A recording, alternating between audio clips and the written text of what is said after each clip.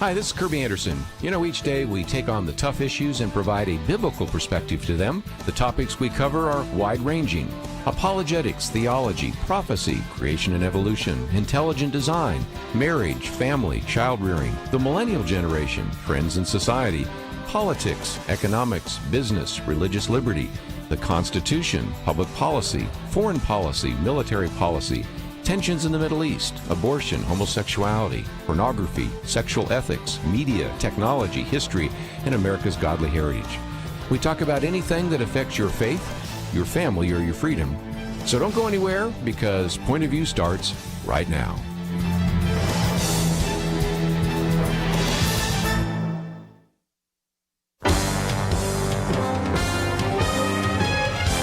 Across America, live. This is Point of View.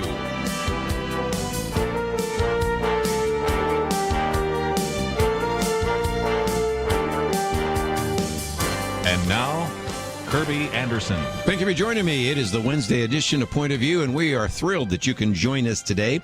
This first hour, since so many of you that listen to this are in the state of Texas, and even if you do not, certainly you're going to be affected by this issue of immigration. So I thought I would spend a significant amount of time getting into this issue. I do have two articles that we'll focus on this hour. One of those by Kevin Williamson, "We Can Control Our Southern Border, So Why Don't We?"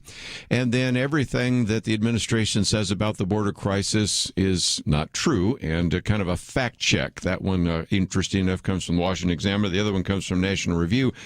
There are some others I'm going to refer to. Byron York, who also writes for the Washington Examiner, also in Town Hall, talks about the migrant blackout. Rich Lowry, how Trump got control of the border, because in some respects we need to understand why we have this crisis. Of course, as I've pointed out over the last couple of days, the administration calls it a non-crisis, and my commentary on Monday addressed that issue. But I think most of us recognize it's a crisis. Why did it happen? What can we do? And are there some issues that certainly should be addressed? Now, I'm not going to spend a lot of time talking about kind of a biblical view on immigration, if for no other reason, as I am holding up right now, for those of you watching the program, I'm holding up my booklet on a biblical view of immigration. And we've talked about this before, and I will at least mention that there are at least two almost competing biblical principles there, and I won't get into all the details because I want to get into the specific situation we find ourselves in. But one of those, of course, is that a nation needs to control its borders, and the function of government is to make sure that the rule of law is upheld. And so a nation that does not control its borders is really not a nation. That should be common sense, but it is amazing how many people who argue for what essentially could be open borders do not understand some of the principles that I certainly establish here from the New Testament, Romans 13, 1 Peter 2, and others in terms of the role of government. But even as you go back to the Old Testament theocracy, Deuteronomy 32 talks about these fixed borders that were given there. And even in Proverbs 22, do not move the ancient landmark that your fathers have set. So there are principles both in the Old and New Testament that talk about the rule of law and certainly the need to control our borders. On the other hand, we also, in addition to the rule of law, also want to have compassion for aliens and immigrants and others that come here. And there are just an enormous number of passages in the Old Testament that gave direction to Israel, for example, on how to treat those who were aliens, going back to Exodus 22 and Deuteronomy 10, Deuteronomy 14, Deuteronomy 24, to mention just a few. And so those were the case. Now, there is, I think, something I do mention about in this booklet, that you don't want to just wrench those out of context, because an individual that was allowed to be in the nation of Israel, and we are not a country like Israel. We are a 21st century country that is not God's promised land or any of that sort of thing. But many of those principles there, whether it's the tithe, the gleaning laws, the way you would treat foreigners, a lot of those were specific to the theocracy. And as a matter of fact, they don't necessarily apply, because if you were an alien, you were denied certain rights that we would want to give to somebody who wanted to come here legally and become a citizen. You were also not allowed to actually participate in certain aspects. If you didn't agree with the religious ideas of the theocracy, you could not come in. We do not demand that you come into this country and become a Christian. So you have to be real careful as you take the general principles in the Old Testament and even think about how to apply them to the New Testament. All that to be said is that if you would like to read that booklet is available, and it is one that I've had people that come down on different sides of the immigration issue read and say they thought it was pretty good. Matter of fact, I've heard more than a few say, I think you were a little too soft on this issue or that issue. And so since you get those kind of comments, you think, well, I probably managed to try to give a balanced perspective, and that's really what the focus of that book is. Now, let's get, if we can, to the things that I want to cover now for a better part of this hour. And that is, first of all, we'll go to the first article, and it's by Kevin Williamson. And sometimes he gets me going with some of the things he says, but living in the state of Texas, thinking about this, he brings a lot to the table. First of all, why is it we do not control our southern border? Very good question.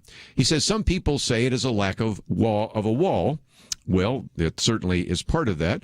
And he says there are places along our border where barriers are appropriate and useful and places where they aren't.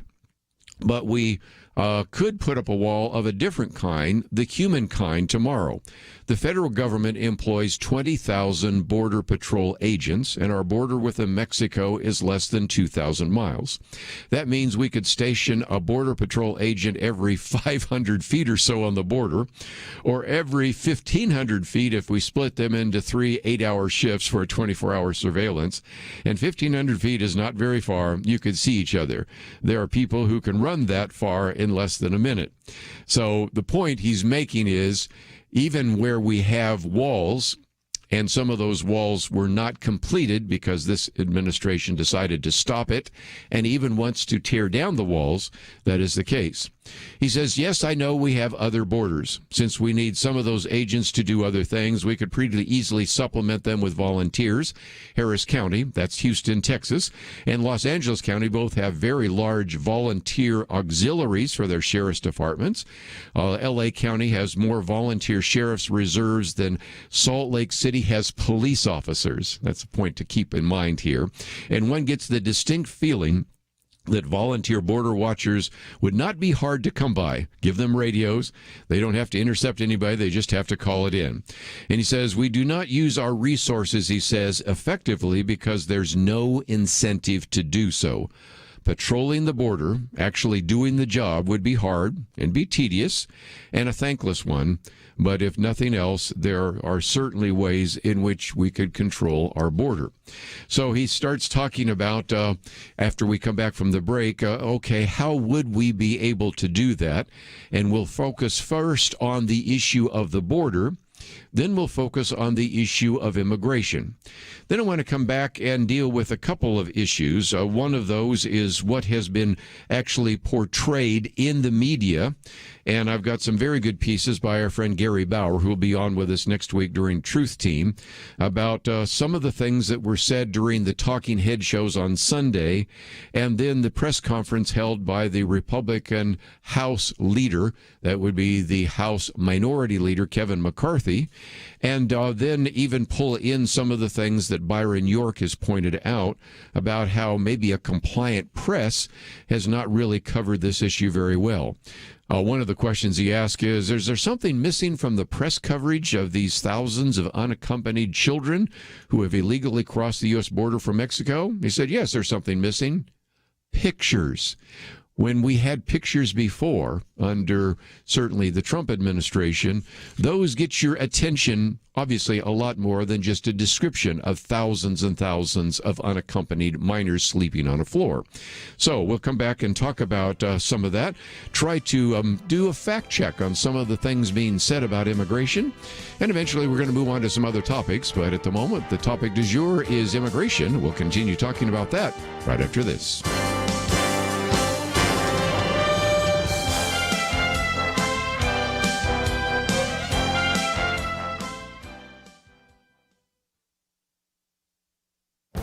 This is Viewpoints with Kerby Anderson. This administration has declared a war on terror, but they aren't thinking about a war on Islamic terrorism. No, they're talking about a war on violent extremists in America. Now, you might think they want to go after Antifa and other groups that have been rioting and vandalizing, but I don't think that's their target either. There's a great deal of ambiguity in defining who are the targets of the new domestic war on extremists, and I think that they are intentionally being ambiguous about their intended targets. We do have a few hints. The newly installed Secretary of Defense, Lloyd Austin, argued that the military needed to rid itself of racist and extremists in its ranks. He even ordered a 60-day stand-down to root out white supremacism and extremism. Terms like white supremacy have often been applied to a large number of individuals. General Stanley McChrystal says he sees terrifying parallels between Islamic terrorists with al-Qaeda and the people who stormed the Capitol on January 6th. Former CIA Director John Brennan recently talked about what looked like insurgency movements overseas that could bring together an unholy alliance here of religious extremists, authoritarians, fascists, bigots, racists, nativists, and even libertarians. Religious extremists? Would conservative Christians fit into that category? Libertarians? Some of these terms have been so broadly applied that a large portion of America could be identified as domestic extremists. It is time to ask this administration to speak plainly. Who do they believe is a threat? Why do they believe those groups are a threat to America? Are they talking about us? I wonder if they refuse to be precise because they want all of us to be afraid. I'm Kerby Anderson, and that's my point of view.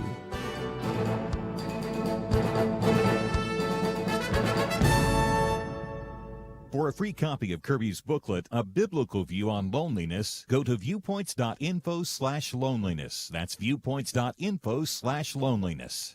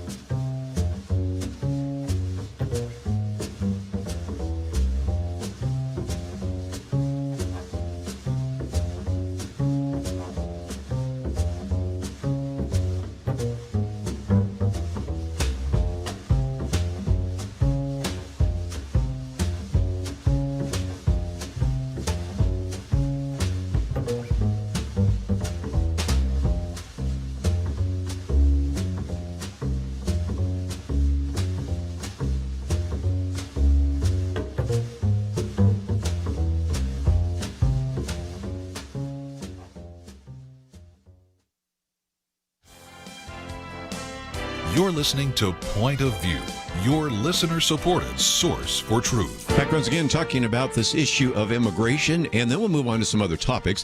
As a matter of fact, I might just give you a program note that next hour we're going to get into the issue of the Senate filibuster, some of the controversy involving that, the revelation that some of the reporting from the Washington Post about the conversation between then-President Donald Trump and Georgia officials was completely misrepresented, and what people have sort of referred to as an example of political media's corruption. So we'll get into that. We've been talking about the military for some time, and there is quite a bit that has surfaced here in terms of whether the Army wants to get rid of its gender-neutral fitness test. And we'll also be quoting from some material from Representative Dan Crenshaw. I love what he said just the other day. I can't believe this is happening to the Navy I love. Remember, he was a SEAL. Pushing overtly leftist propaganda on their official reading list, threatening the long-standing tradition of political neutrality. The Chief of Naval Operations needs to correct this, and it has to do with a very good piece that came out by Roger Maxwell. Woke books have no place in the U.S. Navy training.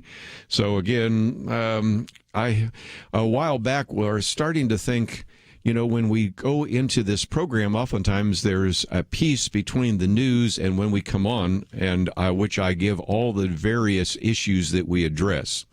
And one of those, I talk about political issues, social policy, and talk about military policy. And I thought, you know, if I ever tape that again, maybe I should take military policy off, because we're hardly ever talking about the military.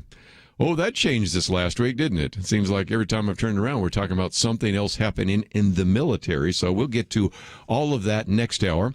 And for those of you that want to stick around for the third hour, a very good book, Where Prayer Becomes Real. Kyle Strobel is with us. He's one of the co-authors of that book on prayer, and I think you will enjoy that conversation as well. That'll take place at the 2 o'clock hour.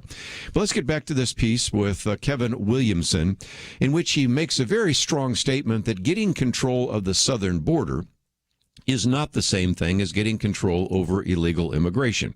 Many of our illegal immigrants, in some years the majority of them, do not come into this country by walking over the border illegally. Very true. They come in oftentimes legally by land, air, and sea. Then they don't leave when they're supposed to. They overstay their visa. Those illegal immigrants, like the ones who cross the border on foot, come and stay for different reasons, many of them, but by no means all for work. Others to be reunited with families living here. Others because of the simple, raw desperation of living in one of the unhappier corners of the world where there's no hope for improvement. Obviously, people respond for different incentives. So again, he's not trying to solve all the immigration issues, but right now the big issue is at the border. And if you don't think so, look at the fact that we may have 3,000 15 to 17-year-olds in the Dallas Convention Center. Look at the thousands that are in Donna, Texas. I didn't even know where Donna, Texas is until the other day. It's near the border, near Brownsville. Think of the thousands in a tent city in Midland, and this has become a crisis, even if this administration will not admit it's a crisis.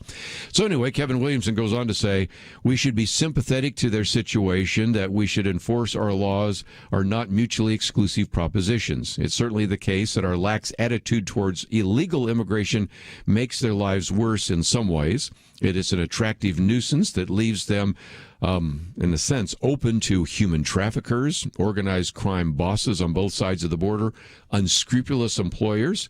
For them to be in the United States is a near guarantee of poverty and puts them at high risk for various awful kinds of exploitation. And the Biden administration is not doing anybody any favors by signaling its intention to loosen up Trump-era practices. People, I repeat, respond to those incentives. So certainly he's talking about what can be done at the border, but since he did talk about immigration, he raises and tries to answer one other question before we'll move on. Should the United States have a tighter or looser immigration policy? And the answer is yes. So let's see if we can explain that. We should make it as easy as possible for highly skilled, highly educated, high-income people to come here. They will do highly productive work and start businesses. Immigrants like Elon Musk, heard of him? Don't come here to take America's jobs. They create new ones. But we should also get control of illegal immigration and be forthright about creating a legal immigration system that is oriented towards the interest of American citizens, just as we would ordinarily expect any other policy to be. If it were only a matter of labor economics, then I'd be happy to let the markets decide. But people aren't just units of labor. And though it may not always be obvious, as those disquieting photos of children locked up in detention facilities, our decision, and it is a national political decision, to tacitly acknowledge illegal immigration is much more profoundly inhumane than it would be to enforce our laws and reform our system along intelligent and decent lines. We could do that if we want to, but he says we don't want to. And that, of course, is the issue. Is it a problem of manpower? No, I think we just illustrated that. Is it a problem of the wall? No, we have built quite a bit of the wall, and more could be built and finished off in those places where that's helpful. Is it possible that we'd even use other things besides manpower, like drones and all sorts of electronic security? Yes. So the issue is not the ability to control our border. What it is our lack of will to do so. The desire on the part of at least this administration and perhaps Democrats in Congress to think that those individuals that would be coming in here would actually ultimately be Democratic voters, if nothing else to replace some of the Hispanic voters that in the last election didn't vote for Democrats but voted for Trump. And so that is one reason. A second, of course, is a desire for many corporations to have relatively cheap labor, as people have said before, people to cut our lawns, people to trim our bushes, people to wash our dishes, and all those kinds of issues as well. And so those are some topics that certainly need to be addressed. After we come back from the break, I want to get into a couple of things. For example, the fact that the media has been a little too willing to go along with this, and if nothing else, not do what would be considered a legitimate fact check of some of those facts. But let me, before I do that, just go to our friend Gary Bauer, who will be with us next week, and he puts out every single day an end-of-day report. And his Monday report was simply about the fact that on the Sunday talk shows, there was this constant claim that the reason we have this crisis at the border is due to the failed policies of Donald Trump. That probably is only slightly true, and we'll get into the specifics there. But to say that this surge at the border has anything to do with Donald Trump, who's not in office, and everything to do with the fact that there are coyotes telling individuals that now Biden has an open border and we can get you to the border, in some cases where they're simply lying about that. But nevertheless, to claim that this is all due to Trump is a little bit much. But again, let's just look at some of the statements that were made. Speaker Nancy Pelosi, for example, claimed that the Biden administration inherited a broken system at the border and that they are working to correct that. She said the current crisis is a transition from what was wrong before to what is right. Now, again, Gary Bauer says what Biden inherited, thanks to Donald Trump, was a border largely under control, hundreds of miles of new wall, deployed troops to help secure the border, and even getting tough on Mexico. He clearly discouraged migrants from walking into our country for free health care, education, and jobs. In just a minute, we'll talk about what has been described by some, sometimes in a positive way by people that want to control the border, and sometimes very negatively by various immigration activists as what is called the Trump effect. That is, there began to be an assumption that Donald Trump was tough on the border. Sometimes that was true, sometimes it's not, and you can get different answers depending on who you talk to there. But that actually caused a number of people not to come across the border. Added to that, let's say that some of that had nothing to do with Donald Trump and had everything to do with what? The pandemic last year and the lockdown and the economic devastation in this country, which made crossing the border a little less attractive. And of course, also with policies that simply said, if you are going to come here and claim asylum, you have to do that long before you end up in this country. You have to go to an embassy and claim that. And again, if I can add a statistic that has pretty reasonably been vetted as accurate, almost 80% of the individuals that claimed asylum did not qualify for that. So that was the reason to keep them in the country rather than to bring them across. We'll come back and talk about what about all these unaccompanied children? What about some of the other aspects of this? And is there a need for fact check? And this very good piece that came from the Washington Examiner is our second article, which we will get to in just a minute. Covering the issue of immigration, maybe telling you more than you'd even want to know about this, but in most cases, helping you to have some discernment when you hear so many slogans and statements being made so that you can have some ability to sort out what is true and what is not true. We'll be back right after this. Having civil conversations about important issues seems to be harder and harder. Various media outlets tell people what they should believe, why they should be outraged, and getting people to actually think, well, it can be difficult. Whether it's the gospel, tax issues, social policy, or just about anything else, you need to have solid information and clear thinking to address the hard issues. You need God's truth applied. And that's what you get in less than 2 minutes with Point of View's Viewpoints Commentary, a daily resource to help you be informed and think through the things we need to be talking about. It is free and will arrive in your inbox each day when you visit pointofview.net/sign-up. Sometimes we know we should say something, but we're silent because we're not quite sure what to say. Viewpoints Commentary can help you break the silence and change the narrative. It can make you a more equipped agent for truth. Get your free subscription to the Viewpoints commentary at pointofview.net/signup. Pointofview.net/signup. Point of View will continue after this.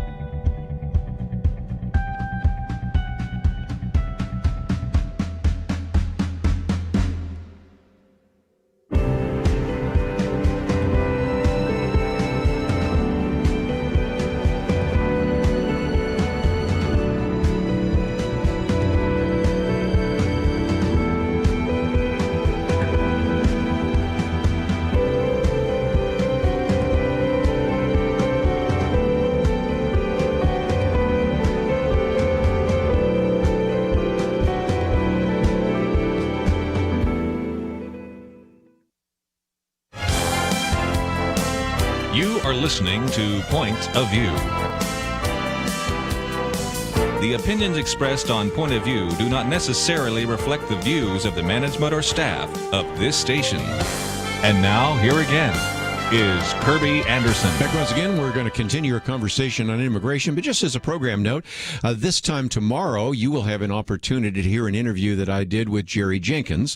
His book is called The Chosen, and interestingly enough, he is the father, if you haven't figured out, of Dallas Jenkins, who is the producer of The Chosen, and they have, of course, had the first year already out, and perhaps you've seen all those episodes.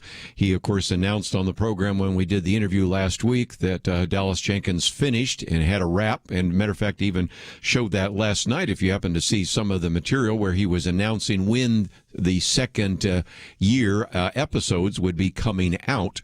So if nothing else, we had done that recording and interview at 2 o'clock last week, and I know many of you don't have a chance to hear the 2 o'clock hour, and so I thought you'd like to hear the interview with Jerry Jenkins talking about the book The Chosen, which is based upon year one of what's going to be a multi-year television program that has been the most successful crowdfunding program in history. And so I just wanted you to know that that will be taking place tomorrow. And then we'll have some other issues in the news we'll discuss. And June Hunt will be joining us at 2 o'clock tomorrow. So we'll be talking about the International Day of Women and a variety of other topics that certainly relate to her. And of course, we've also had some other interviews we've done at 2 o'clock with Eric Metaxas and also Michael Yosef and others. Maybe we'll drop some of those in for you to hear. But if not, they're, of course, always available on our website at pointofview.net. Even if you can't listen on your local radio station at 2 o'clock, you can listen to those at your leisure, and they are available to you. Why am I talking about immigration? Well, first of all, I think there's a crisis at the border, but here's the statistic that has simply not been mentioned, hardly at all, and that is illegal immigration is at the highest level in 15 years. It is higher than it was during any time during the Trump administration. It is actually higher than most of the time during the Obama administration. Last month, you had 9,500 unaccompanied children crossing the border. And so this has created an incredible crunch, not only at the border, but one Texas border facility is operating at 700% capacity. And so those are some things that Gary Bauer talked about in his end-of-day report on Monday. On Tuesday, of course, he quoted a little bit from this press conference that was held by Kevin McCarthy, who's the House Minority Leader, and about a dozen other members of Congress that were with him as well, reminding us that we had 100,000 illegal immigrants, which were apprehended in February. That is the largest number of February apprehensions in 15 years. And so the experts are now warning that more than 1 million people will probably attempt to cross illegally our border, our southern border this year. That's a lot of people that are, again, not here legally, and as a result are going to, in one way or another, put incredible strains on our country and on our social systems, and especially affect individuals in lots of these border states. But here's something that, again, the press won't tell you, because in many cases, these migrants are now being put on buses and sent to other states around the country. So effectively, every state, even if you're not in the state of Texas or Arizona, New Mexico, or California, virtually every state ultimately becomes the equivalent of a border state. And one other thing I thought I would address before we get into some of the fact-checking on some of these immigration statements is one that hasn't been said, but I'm waiting for it to be said. Maybe it has been said and I've just missed it. And that is, all of these policies are anti-Hispanic. Well, first of all, you've got to recognize that the very large proportion of those 100,000 illegal immigrants or aliens or undocumented workers, whatever phrase you want to use, are indeed from either Mexico or somewhere in Central America, but not all. As a matter of fact, what we are finding is that they are apprehending all sorts of individuals at the border now that have come from countries like Iran and Romania and other parts of Europe, especially southeastern parts of Europe. And so this isn't just a Hispanic issue. This isn't even just a Latino issue. Of course, it's a border issue. You might say, well, how did they end up there? They figure out ways to leave their country and make their way to, in most cases, Mexico. But if they can't, they make their way to Guatemala, El Salvador, Honduras, Nicaragua, whatever, and then move north because they're ultimately wanting to come to this country. Most of them, I would say, are there and coming from Iran because they're Persians who want to come here and escape the totalitarian regime that they are under, this autocratic regime. But if you think that all of those people from Iran have the best interest of America at heart, well, again, my favorite line, we have swampland we want to sell you because we know indeed that is not the case. So if nothing else, I want to get into our second article here, and that is an attempt to do fact-checking. And the commentator writer there says, look, it would be nice if the media's affinity for fact-checking were still a thing, but it seems that they have lost the appeal with the new president. They used to, of course, do all sorts of fact-checking almost every day on Donald Trump. But okay, he says, let's look at a couple of things said earlier this month. One, he's quoting from, again, the Director of Homeland Security, in which at a White House briefing, she claimed with a straight face that the reason the southern border is seeing itself crushed by migrants coming by the thousands each week, many of them, he says, unaccompanied minors, is because the previous administration broke down our immigration system. Okay, let's quote from Alejandro Mayorkas. And she says, to put it succinctly, the prior administration dismantled our nation's immigration system in its entirety. When it started 27 days ago, I learned that we did not have the facilities available or equipped to administer the humanitarian laws that our Congress passed years ago. We did not have the personnel, policies, procedures, or training to administer those laws. Quite frankly, the entire system was gutted. Now, first of all, the commentator writer says there's no such thing that happened, but let's deal with this. He says, first of all, the idea that the Trump administration dismantled the system in its entirety is preposterous. It flies in the face of all the evidence of the last 4 years. The truth is exactly the opposite. The Trump administration built a remarkably strong and complex system that incorporated the work of several foreign governments in order to reduce the inflow of migrants at the border, and it worked. Why do we not have as many of those facilities for humanitarian treatment? Because we weren't wanting people to come into this country and claim asylum. We specifically required that they claim asylum or a variety of other things in other countries. He points out that Donald Trump's White House got the governments of Honduras, El Salvador, Guatemala, and Mexico to discourage and break up the formation of so-called caravans of migrants making their way to our southern border in droves.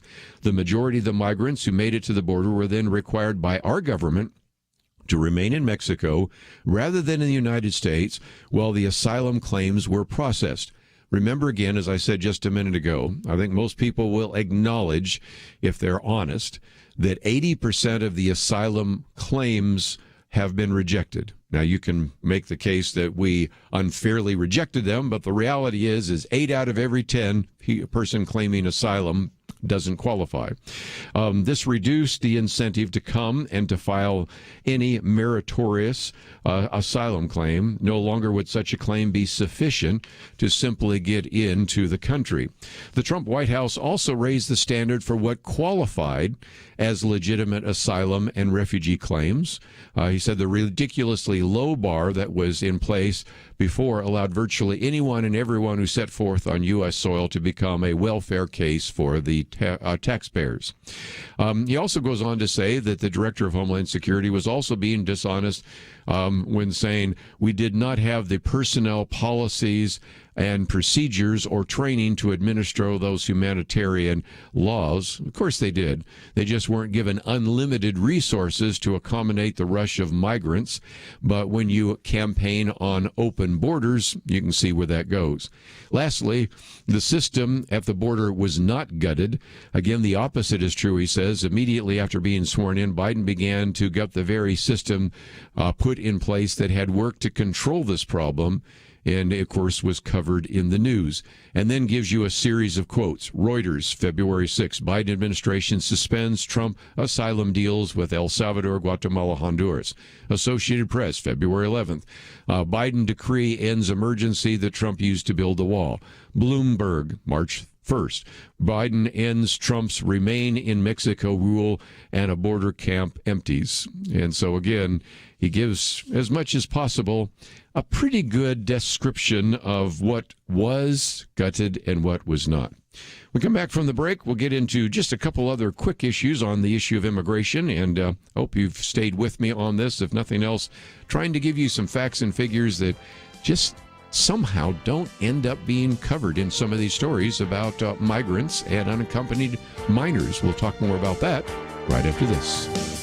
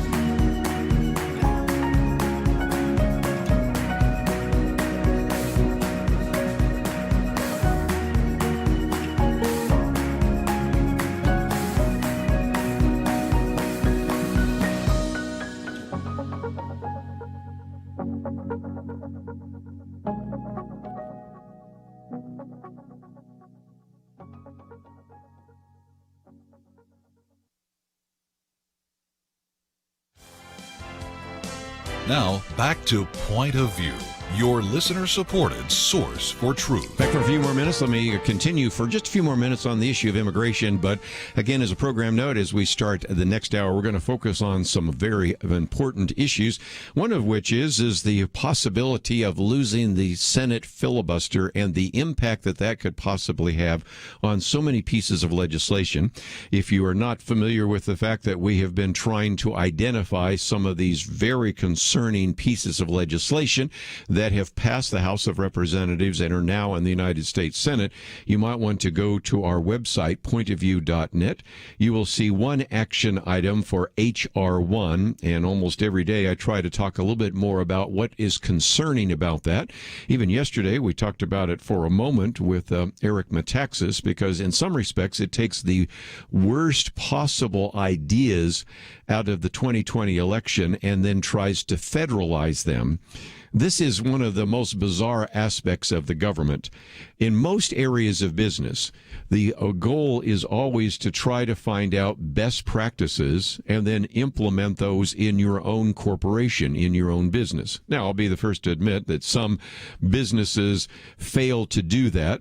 And some of them survive for a while simply because they have a brand loyalty, or because even though they don't practice best practices, they still produce a product, good, a service, or something like that people want, even if internally there's turnover and dissension and all the rest. But most of the time, the market sort of weeds out people that are going to adopt worst practices and are going to allow those with best practices to succeed.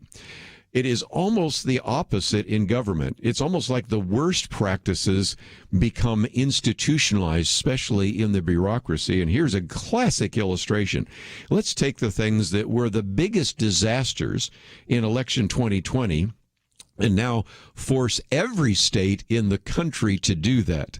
Now, there have been a few times when obviously Ronald Reagan used to talk about the fact that states were sort of the laboratories of experimentation, and sometimes the best practice in a particular state ended up being a federal policy, and that happened, I think, with the idea of a work requirement for welfare and a few other notable exceptions. But the rule oftentimes is just the opposite. Let's just take really bad ideas and let's now make sure that everybody implements those.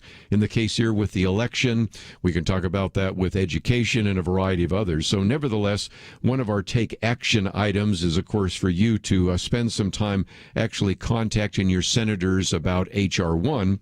We also have a previous one in which we encourage you to contact your senators about the Equality Act. And we spent a little bit of time yesterday even talking with one of our guests about the attempts by some well-meaning conservatives to come up with something that's kind of the Equality Act, maybe light. And it was just a disaster. And so one of the reasons why we were not going to talk about that with our guest yesterday. So again, those are some topics that we will get into when we talk about this issue of the filibuster, because if no longer you need 60 votes, you only need 50 votes. A lot of really bad policies and a lot of really bad bills passed by the House will then become law. And I don't think you'd recognize America because of that. We'll also get into the fact that the media hasn't done a very good job of covering certain issues, and we'll talk about that, and we'll get into some of the military issues. So all of that front and center. Well, we're talking about the media. Byron York, who, of course, writes for the Washington Examiner, and this is his town hall column, says, is there something missing from press coverage of the thousands of unaccompanied children who have illegally crossed the U.S. border from Mexico are now in the custody of the Biden administration? He says, yes, there's something missing. Pictures. He says descriptions of the conditions in which children are being held indicate a worsening situation. He quotes from one particular press report from Donna, Texas. Hundreds of immigrant children and teenagers have been detained at a Border Patrol tent facility in packed conditions, with some sleeping on the floor because there aren't enough mats. Now, recognize it's not that hot right now in South Texas. Imagine what it will be like when temperatures get to 100 degrees or more and you're sleeping on the floor in a tent, and you can see how awful those pictures would be. And he goes on to say that the descriptions sound bad, and they are bad. But in the world of media and politics, what actually stirs popular outrage is a story like this in pictures. It's one thing for Americans to read descriptions of young people in jail cells. It's quite another thing for Americans to see photos and videos of young children and young people in jail cells. Remember the uproar when, interestingly enough, the Trump administration was putting kids in cages, and that was the, quote, policy of the Trump administration. By the way, some of the pictures that were first posted actually from the Obama administration, but that's just a footnote that everybody conveniently has forgotten. And of course, he points out that stoked media organization showing pictures of what happens. So now the Biden White House appears to be determined not to let Americans see what's going on. The administration has not given the press access to the detention facilities. Now, by the way, even if you haven't given press access, it really wouldn't be that hard to take some of those pictures if you really had any level of curiosity, but we don't. Nor is it given access to nonprofit lawyers mentioned above, who are actually legally required to provide that. So there has been what he calls a Biden blackout. So again, use your discernment. Even though we don't have pictures, we know this is a difficult situation. But finally, I did not post this one. It came out just today, but it was a very good piece by Rich Lowry, How Trump Got Control of the Border. And he points out that the Biden administration has really been unwinding various Trump policies, which, of course, you'd hear from many of the people right now arguing that there were no policies in place. Actually, there were. But the point is that there is an attempt to completely change all of that as well. And so as the migrant crisis was beginning to develop back in 2018 and 2019, only Congress, they said, could actually reverse these policies. And so the argument was, well, there's not much we can do about the crisis at the border because, after all, we have to have Congress to act. One of the things that, as Rich Lowry points out, in the Trump administration, a lot of that comes from people like Stephen Miller, for example, and others, is they pointed out, these laws and these policies in many cases could be changed, and they did. And so one official familiar with the issue said, if you actually look at and read and understand our immigration laws, they provide for a fair amount of enforcement. These laws were passed, a lot of them in the 90s. Several of the significant bills and laws we relied upon were signed into law by Bill Clinton and supported in a bipartisan way. So what they discovered once Donald Trump came into positions of authority, and once some of the people in his administration began to look at those, they recognized the excuse that we have to wait for Congress to act is nothing more than an excuse. And so they began to operate based upon those laws and those regulations to do what they could. Now, of course, they were actually stymied at almost every level with various kinds of lawsuits that were brought before very liberal judges, one in Washington State, one in Hawaii, one in California. But still, that is the case. And then when the Biden administration came into power, they immediately got rid of the attempt to deport all of these people that were illegal. And so if it's good enough for the liberals, it's good enough for the conservatives. And so Ken Paxton, the Attorney General of the state of Texas, found a judge, one of whom Trump put into office, who actually suspended the ban on deportation and allowed it to continue. Nevertheless, of course, people in the Department of Health and Human Services and the Department of Homeland Security have bypassed a lot of that. But I think it brings us back to, do we have the ability to control the border? Yes. Do we have the will? Well, that's a different question. Do we have to wait for Congress? Not really. Trump showed that you didn't. There's a lot of enforcement procedures right there. Anyway, that's immigration for this hour. We're going to come back and talk about some other issues right after this. Sometimes I think about seeds. You ever stop to consider that some seeds become entire trees and some trees grow up and produce fruit? Other seeds become flowers or vines that bring us vegetables or berries. And some trees don't have fruit, but they're just pretty, especially in some parts of the country when it comes to the fall colors. Yes, sometimes my mind goes off like that. And I also think about such things when it comes to the seeds that so many have planted in the quest to impact our nation through Point of View Radio. You may think that your gift is a small thing, but like a seed, it can grow to have an impact beyond your imagination. If you want to see beauty again in America, consider planting a seed today and making a difference by joining the Point of View Truth Team. Get the details today, right now, by visiting pointofview.net/team or call us at 1-800-347-5151. Plant a seed for a great future. Cultivate truth.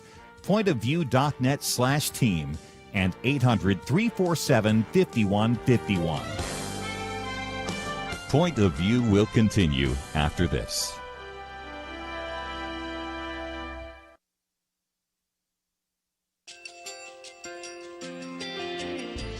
I just want to thank you so much for all the wonderful programming you have. You're just absolutely fantastic. I recently started listening to Point of View, and I really found it interesting because of the different subjects you cover. Thank you for that. I really appreciate everything that you do in keeping us informed. Thank you, Kerby, for everything that you have been doing. I appreciate all the work that you're doing, advocating for the Word of God. Thank you so much. Point of view, I think, is absolutely necessary because it's a Christian perspective, a biblical worldview perspective, and receive very current, up-to-date information about what is really going on, week to week in our culture, which is changing so rapidly, and yet it's morally sliding backwards. Yeah, I'm just, first of all, I thank you guys. Y'all's program is wonderful, and enjoy it every day. I learn so much every time I listen to it. Point of View Radio Talk Show.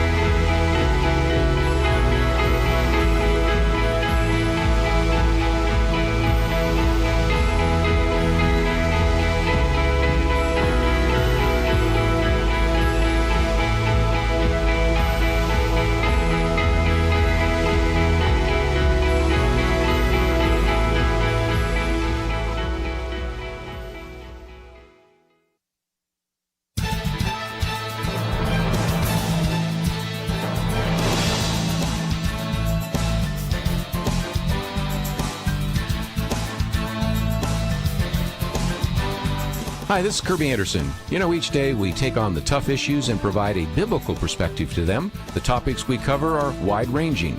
Apologetics, theology, prophecy, creation and evolution, intelligent design, marriage, family, child-rearing, the millennial generation, trends in society, politics, economics, business, religious liberty, the Constitution, public policy, foreign policy, military policy, tensions in the Middle East, abortion, homosexuality, pornography, sexual ethics, media, technology, history, and America's godly heritage.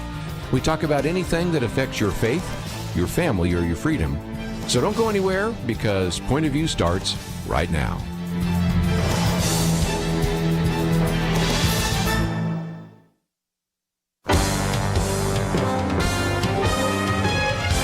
Across America, live. This is Point of View.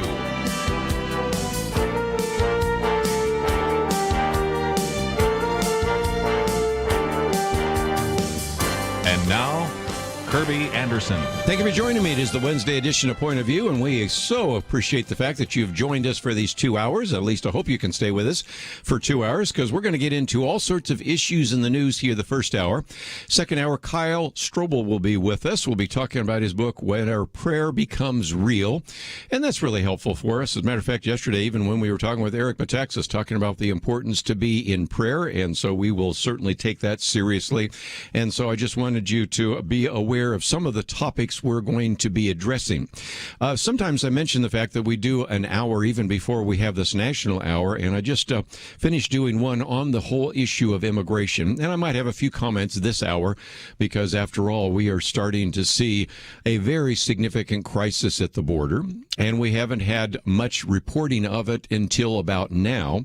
My commentary on Monday was how the administration has been telling us, well, it's not a crisis, but again, you had 100,000 individuals that were caught trying to cross the border, many of them released, by the way, in February. And many people say that this is the most significant number of illegal immigrants coming across the border in 15 years. So there are some really important issues related to that. And if you want to kind of think through some of the issues of immigration, let me mention that I do have this booklet that we wrote quite some time ago, looking at kind of biblical perspective on immigration, in which we really want you to understand that there are two key biblical principles, oftentimes even a little bit in conflict with one another. One is government and the rule of law. The fact that certainly we are to obey those in government, Romans 13 and 1 Peter 2. But at the same time, a government and a country, in order to be a country, has to be able to control its borders. And even as you go into the Old Testament, in Deuteronomy 32, for example, the fixing of the borders, or even in Proverbs 22, do not move the ancient landmark that your fathers have set, all are in the illustration of the fact that, of course, you have to control your borders and you have to obey government. But the other side of that is, of course, also we should show compassion towards aliens and immigrants and towards those who are foreigners in the land. And I give you examples from Exodus 22 and Deuteronomy 10 and 14 and 24 and 31 and other passages related to that. That's not really what we need to be talking about at the moment, but otherwise there is just an unwillingness, first of all, on this administration to admit that what was working before in terms of how you addressed individuals that were seeking asylum and requiring them to stay in a country like Mexico before coming into this country. Also, the relationship that was developed with this country, with Mexico, Guatemala, El Salvador, Honduras, and others, a lot of that has been abandoned by this administration. And then, to no fault of the Biden administration, but a fault of the image that is being portrayed, some of these coyotes who are actually bringing immigrants here have been telling them that the border is open, and so they're coming in unprecedented numbers. And so we had 9,500 or 9,500 unaccompanied minors that have shown up. And those of us, as I do, live in the state of Texas, but in other places as well, are now talking about these facilities which are jam-packed with children and teenagers and others in tents, sleeping on the floor. They're trying to move some of them here to Dallas, but you have some in Donna, Texas. You have some in Midland, Texas. But you might say, well, that's just a problem for those of you in a border state. Well, they're taking a lot of these individuals now and moving them to other states, effectively making your state a border state. So there are some very important immigration issues, and that is something we'll continue to talk about. But I just want to let you know that I did cover much of that in a program which is available on our website if you'd like to listen to it and get more details. But as you go to our website today, you're going to see that I've posted a couple of articles, and one of the first one I want to focus on for just a minute is one which has the title, Mitch McConnell warns Democrats of scorched earth Senate if filibuster is removed. If you have been listening to Point of View any length of time, you know that we have an action item for you. And the action item that is up there right now is H.R. 1. This is the so-called For the People Act, which has already passed the House of Representatives and is now before the United States Senate. If you then click on See More Action Items, you'll see that recently we also encouraged you not only to contact your two senators about this particular election reform bill, and I'm putting that in quotes, but also about what's called the Equality Act.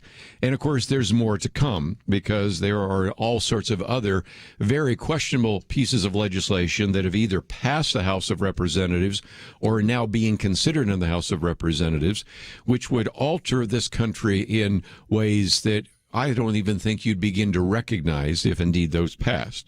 Now, the bottom line is they pass through the House, they have to go to the Senate.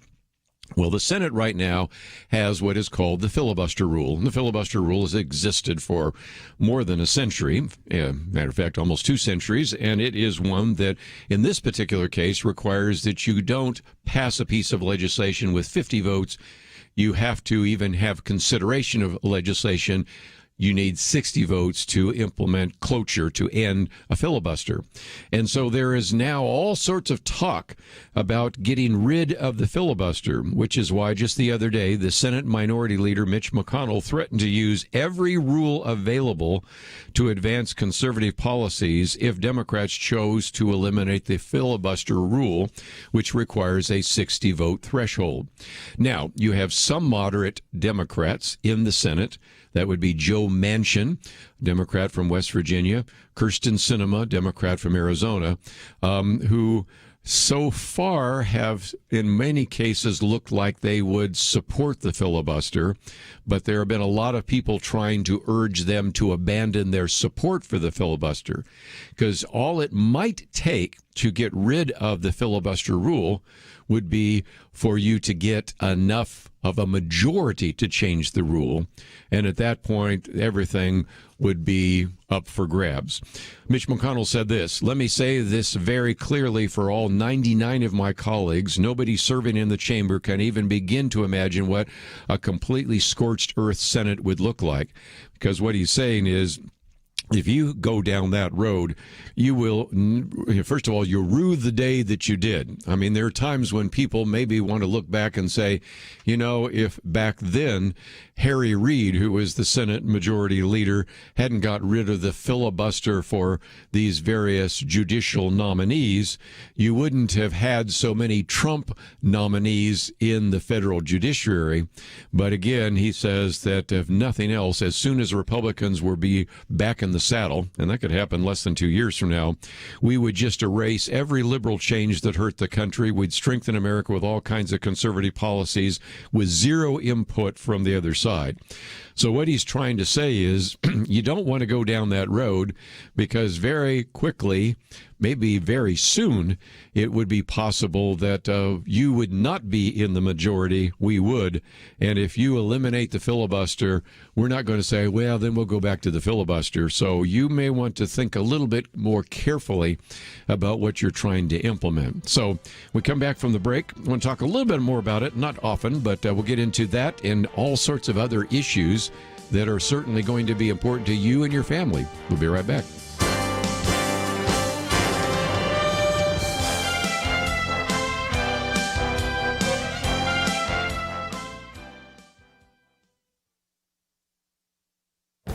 This is Viewpoints with Kerby Anderson.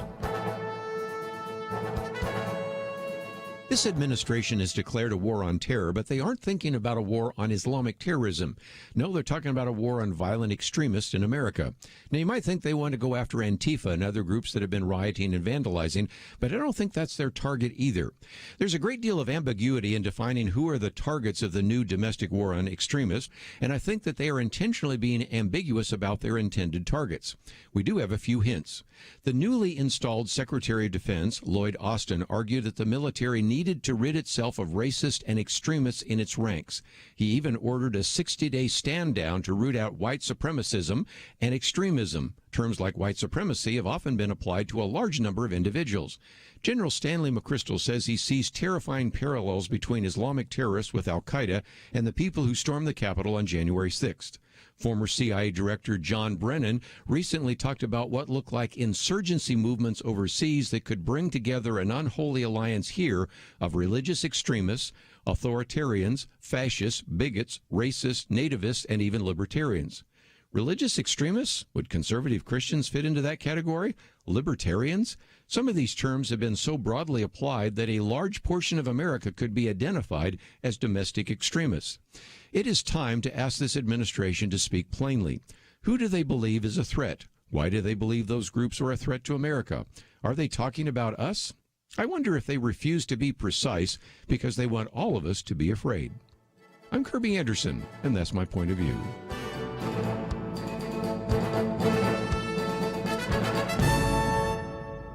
For a free copy of Kerby's booklet, A Biblical View on Loneliness, go to viewpoints.info/loneliness. That's viewpoints.info/loneliness.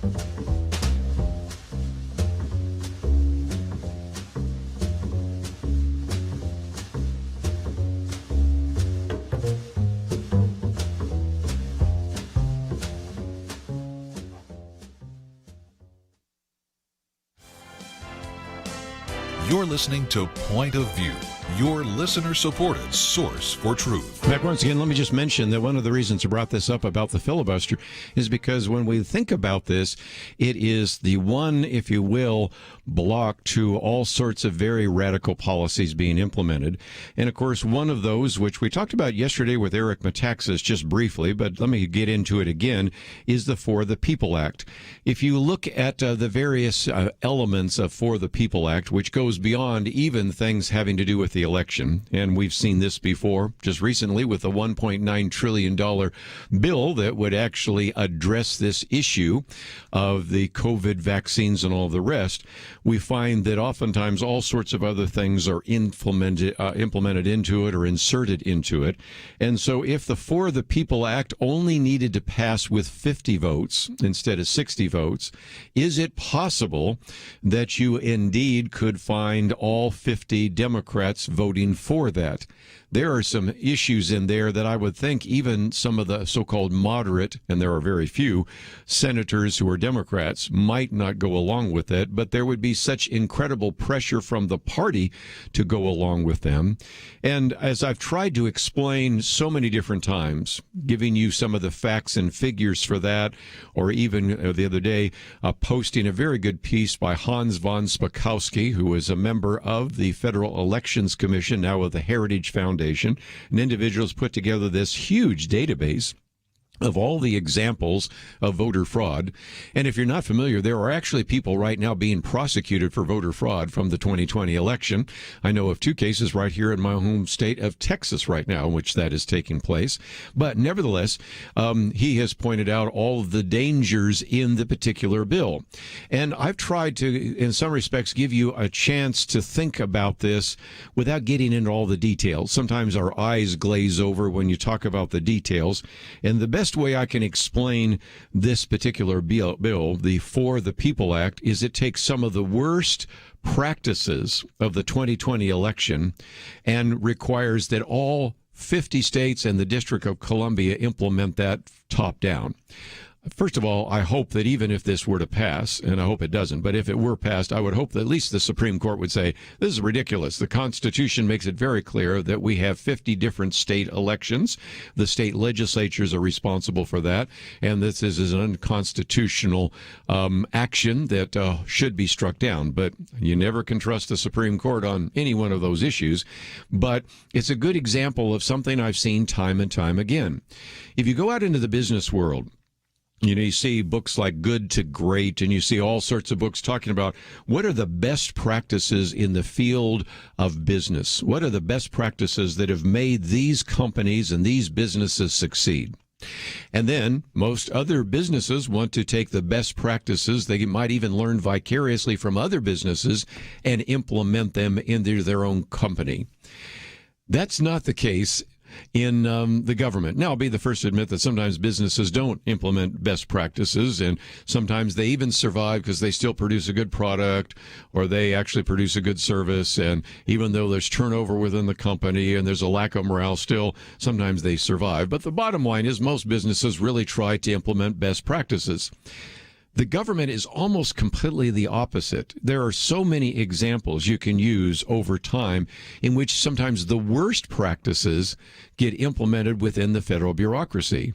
And because they're implemented within the bureaucracy and because the bureaucracy is controlling them, there's no sort of market force to weed them out. Now, there are some exceptions. I last hour even mentioned one of those. You think of the idea of work for welfare that was implemented under the Clinton administration. All those ideas had been in the states, and it was then implemented in that budget reconciliation issue and that particular bipartisan bill that was eventually signed by President Clinton. But many times you can find good examples of worst practices that then get implemented nationally, and here I think is a good example of that. Of course, we also have talked about the Equality Act, and that one has already passed, and again, the impact that this would have on religious liberty, all sorts of other things. But the point I'm making is this whole issue of the filibuster is key. If indeed the filibuster goes away, then not only these 2 pieces of legislation that we've encouraged you to contact you senators about, but immigration reform, gun control, a variety of others, some of which have already passed the House, others being considered in the House, could be implemented. And America would look very different than the world that you live in right now. I'm going to get into just a minute some of these other issues we've posted. One coming out of a number of people now saying that the way in which the conversation that Donald Trump had with the state of Georgia was completely misrepresented. So we'll get into that. A good example of what is called by David Hersani the political media's corruption. Then we've been talking about the military, and I want to get into that a little bit. The Army is trying to decide whether or not it wants to get rid of its gender-neutral fitness test and instead have different requirements for men and women. And then I will, if we have some time, also get into some of the things now being used, some of these really woke ideas in the government that are being implemented in the military, in particular the Navy. Representative Dan Crenshaw the other day said, "I can't believe this is happening to the Navy I love." Remember, he was a Navy SEAL, pushing overtly leftist propaganda on their official reading list, threatening the long-standing tradition of political neutrality. So we'll talk about some of the woke ideas there as well. And if nothing else, do want to get some of your phone calls in just a minute, but then let me open the phones, 1-800-351-1212. But I thought I'd pick off 2 things real quickly because they're short. One is to talk about my viewpoints commentary, which I will in a minute, but the other is to come back to the issue of the vaccines, because I mentioned yesterday when we were looking at this that there are quite a number of individuals who are frontline workers and responders and healthcare workers and others that don't want to take the vaccine. And I just mentioned in passing what is happening in Europe right now. And I thought I'd come back and give you some more information about that, because the European Union has been watching the fact that there have been reports that those who get the vaccine AstraZeneca, which is primarily being used in Europe, so it's not kind of an issue here. Matter of fact, it's one that raises some pro-life concerns, but I won't get into that right now, that some of the individuals that have received this vaccine have been getting blood clots. And so this has caused a number of countries in the European Union to actually no longer use the AstraZeneca vaccine. And now they have basically locked away, I think I was reading, hundreds and hundreds of shots of that. And so that is going to be something. And Sweden, again, is looking at this. And AstraZeneca is, in some respects, becoming kind of an issue, because more than half of the 15 million doses that have been delivered to the European Union, there's 27 member states, are still in storage. And so as a result, the argument being made right now by the various health individuals is, yes, there are individuals, matter of fact, thousands of people across the European Union that are developing blood clots, but they're saying people always develop blood clots, and there's no reason to believe necessarily that the AstraZeneca vaccine is the reason for that. Okay, well, that's a possibility. But when you look at this, the reports are that there are 37 reports of blood clots from people that have had the vaccine. And again, they say, look, every year thousands of people get blood clots. So you're talking about 37 compared to thousands that would get them anyway without the vaccine. So you're maybe overreacting. Well, again, tell that to some of the countries like Germany, Italy, France, Spain, a variety of others. And there's some others that are now starting to wonder as well. And so you're seeing an interesting reaction to the issue of the vaccine there, which is AstraZeneca. And I did mention that yesterday, so I just wanted to give you some of the facts and figures about that. And you can certainly find more by going out and searching that for yourself. My Viewpoints commentary today is called The War on Terror. And the reason I focus on that is we're hearing all sorts of statements about the fact that we need to be engaged in a war against domestic terrorism. Now, if you thought they were talking about Antifa, you'd be wrong. Matter of fact, there's still people on television that are claiming that Antifa doesn't even exist. So they don't really tell us who the particular enemy is, and I think that ambiguity is of some concern. But I give you some quotes from General Stanley McChrystal and from the former CIA Director John Brennan, and you start hearing some statements that make it sound like, are they talking about us? And I think the reason for the ambiguity is simply because maybe they want us to just recognize that we might pose a danger, so we need to be real careful what we say, what we do, even where we travel from. And so that is a real concern about what do they mean by domestic terrorism and who are they talking about? It's time for the Biden administration, at least, to speak plainly. And I give you some thoughts about that, and we'll come back with some of your phone calls right after this.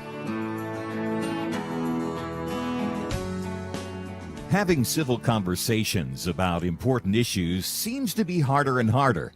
Various media outlets tell people what they should believe, why they should be outraged, and getting people to actually think, well, it can be difficult.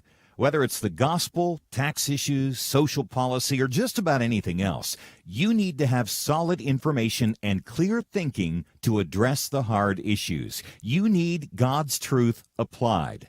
And that's what you get in less than 2 minutes with Point of View's Viewpoints Commentary, a daily resource to help you be informed and think through the things we need to be talking about. It is free and will arrive in your inbox each day when you visit pointofview.net/signup. Sometimes we know we should say something, but we're silent because we're not quite sure what to say. Viewpoints Commentary can help you break the silence and change the narrative. It can make you a more equipped agent for truth. Get your free subscription to the Viewpoints Commentary at pointofview.net/signup.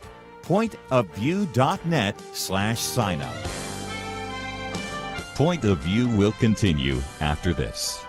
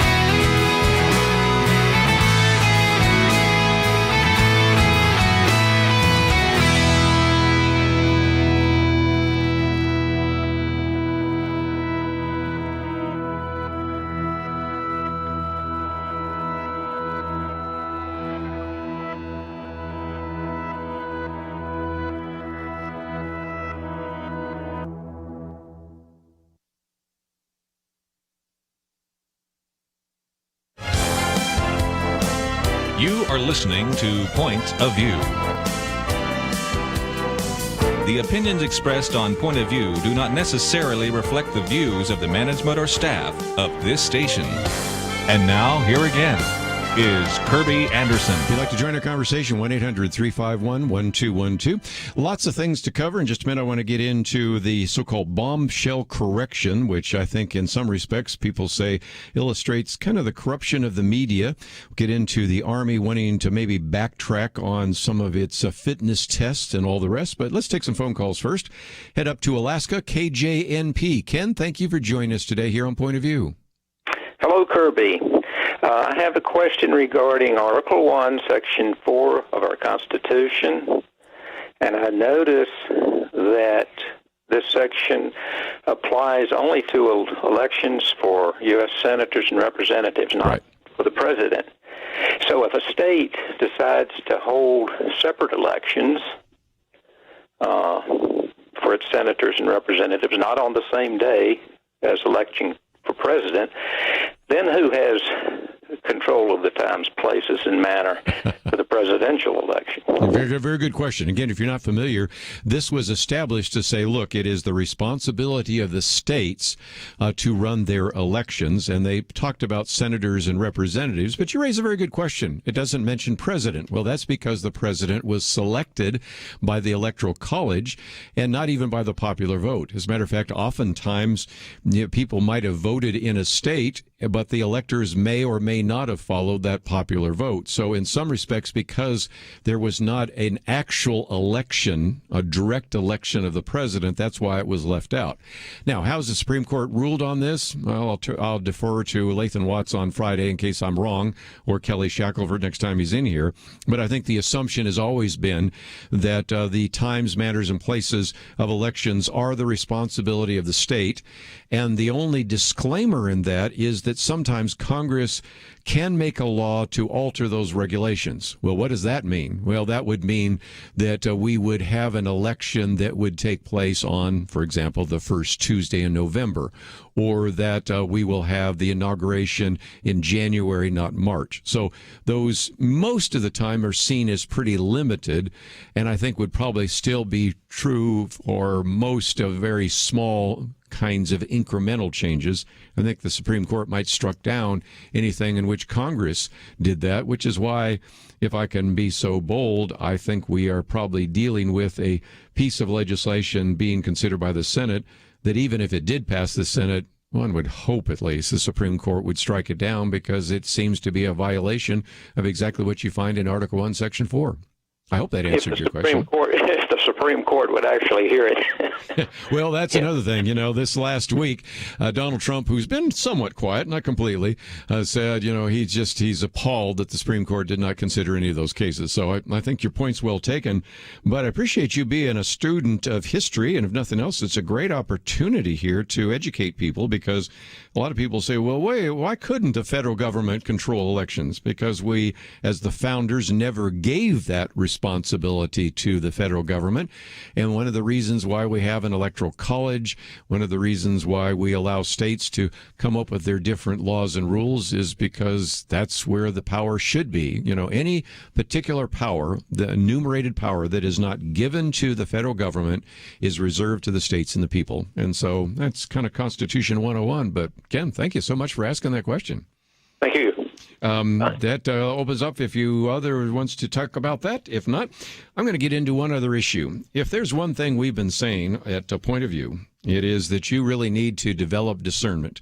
Next week, we're going to have our truth team. We're going to have kind of a who's who of individuals that are joining us, and that's a time which we encourage you to stand with an organization really trying to give you some truth and really trying to point you to sources and information. And you will notice today that we have about a half a dozen different articles, some on immigration, some on this issue, the filibuster, one I want to get to right now on terms of political media corruption.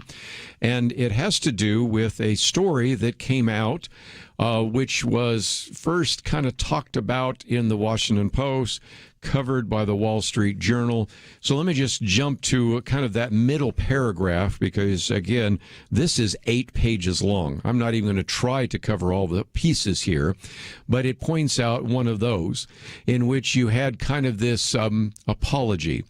in which they said 2 months after the publication of a story, the Georgia Secretary of State released an audio recording of President Donald Trump's December phone call with the state's top election investigator. The recording revealed that the Post misquoted Trump's comments on the call based on information provided by a source. By the way, that was an anonymous source as far as I know.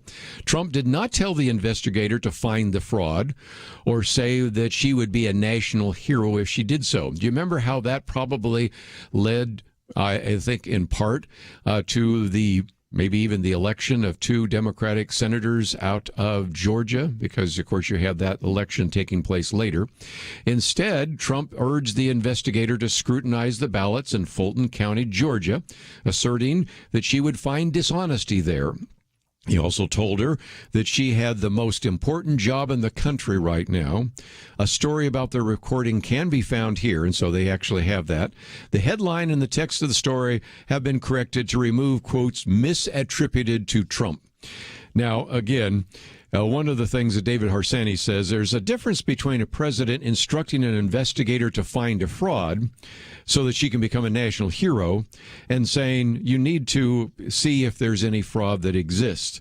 And that particular story, which was misused, I think, in part to just, again, inflame all sorts of reaction to Donald Trump, and also maybe even had an effect on the U.S. Senate races in Georgia, is now being admitted to being probably inaccurate. Well, thanks for coming around in March to tell us what we many times suspected back in December. But let's go on, because David Harsanyi says there's a fundamental truth known by any good journalist. If someone brings you a perfect story or a perfect quote, it's almost surely untrue. Skepticism makes for good journalism. It was up to the Post to vet these claims at the time rather than push a story forward, which obviously helped the Democrats. You know, next hour, we're going to be talking with Kyle Strobel. If that name sounds familiar, yeah, he's Lee Strobel's son. And Lee Strobel used to say when he worked at the Chicago Tribune, if your mother says, I love you, get 2 sources. You know, I mean, the point is you go into journalism, if you're going to do proper journalism, with a great deal of skepticism. And he points out that the Trump-Watson story is just one of dozens of big scoops over the past 6 years that are wholly reliant on anonymous sourcing that have misshaped public perceptions for partisan purposes. It is clear that the Trump-era newsroom culture made journalists susceptible to and often co-conspirators in spreading deceptive and politically expedient stories. Oh, that would be like, I don't know, maybe the Russia collusion hysteria and a variety of others. And he goes on to say, regurgitating rumors is not really journalism, but it did help hasten a long and wasteful independent investigation into the alleged Trump criminal conspiracy. The Bob Mueller investigation did not hamper the Trump presidency as intended. I think it did. But it did, in some respects, cause us to no longer believe in some of these journalists. And so he gives all sorts of other examples. I'll pick one in the interest of time. When The Atlantic, that's Jeffrey Goldberg, who ran a piece, interestingly enough, in the Atlantic, but it used kind of the National Enquirer standards of journalism. What was that? That's when they alleged that Trump actually demeaned dead soldiers. Remember that story? Of course. If you do, and again, as the Washington Examiner points out, Beckett Adams, there was another scandal here because NBC News, USA Today, ABC News, among others, claim to be able to independently corroborate the Washington Post reporting, some using fabricated quotes. And so, again, you see, and that's just one of many examples in this 8-page piece of how journalism has not treated you well and has not served you well, and why you need to be skeptical about journalists that are supposed to be skeptical. Then he takes the flip side and says, most of you might remember that there was the New York Post story about Hunter Biden and the scoop about the laptop and all of the rest. And they point out that, in a sense, this story, which had all the makings of a real, true blockbuster story, because they had the physical evidence, they had the on-the-record first sources and all the rest. And so this was seen as probably the kind of journalism that should be done. And you might remember what happened there. And what happened there is that they decided to not only prevent the New York Post from publishing its story, but not even allowing it to talk about it on Twitter, and actually blocking anybody that wanted to talk about it or link to it on Twitter, and all the other social media followed suit. If you wanted any other examples of what is becoming the media's corruption, especially political media's corruption, you can find those in this piece by David Harsanyi. It is, I think, our 4th article on the website, and I would encourage you to read it and maybe pass it on to others. And it's a good reason to search for truth and be skeptical and use discernment. We'll be right back.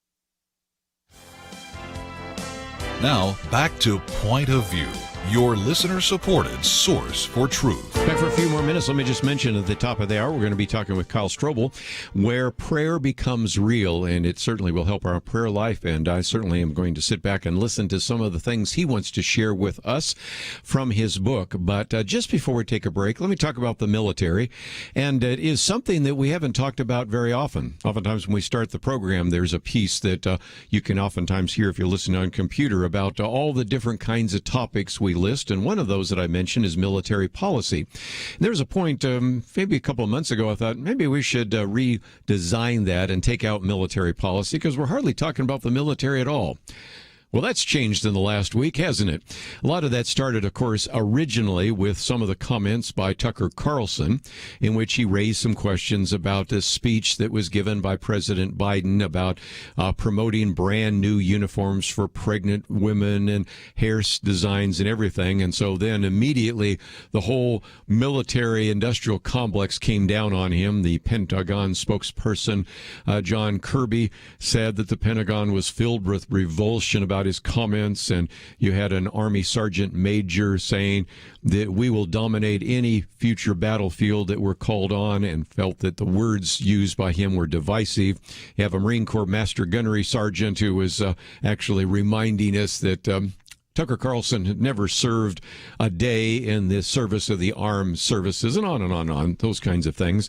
And I thought it was interesting because Ben Shapiro said, the content of Carlson's words are less important than the reaction to them, for it was unprecedented, he says, for top members of the military to unite in excoriating a civilian opinion journalist. Had it happened on former President Trump's watch, the media undoubtedly would have used as an example of politics infusing traditionally apolitical institutions. And yet, of course, it also raises some important issues, because now we're starting to see a few military issues that maybe deserve some attention. Let me issue my disclaimer, as I always do. We support those of you in the military and always appreciate your service. But sometimes those in command over you are making some decisions, sometimes forced into those decisions by the current commander-in-chief that maybe you don't agree with, and so you can't speak out about them, but we can.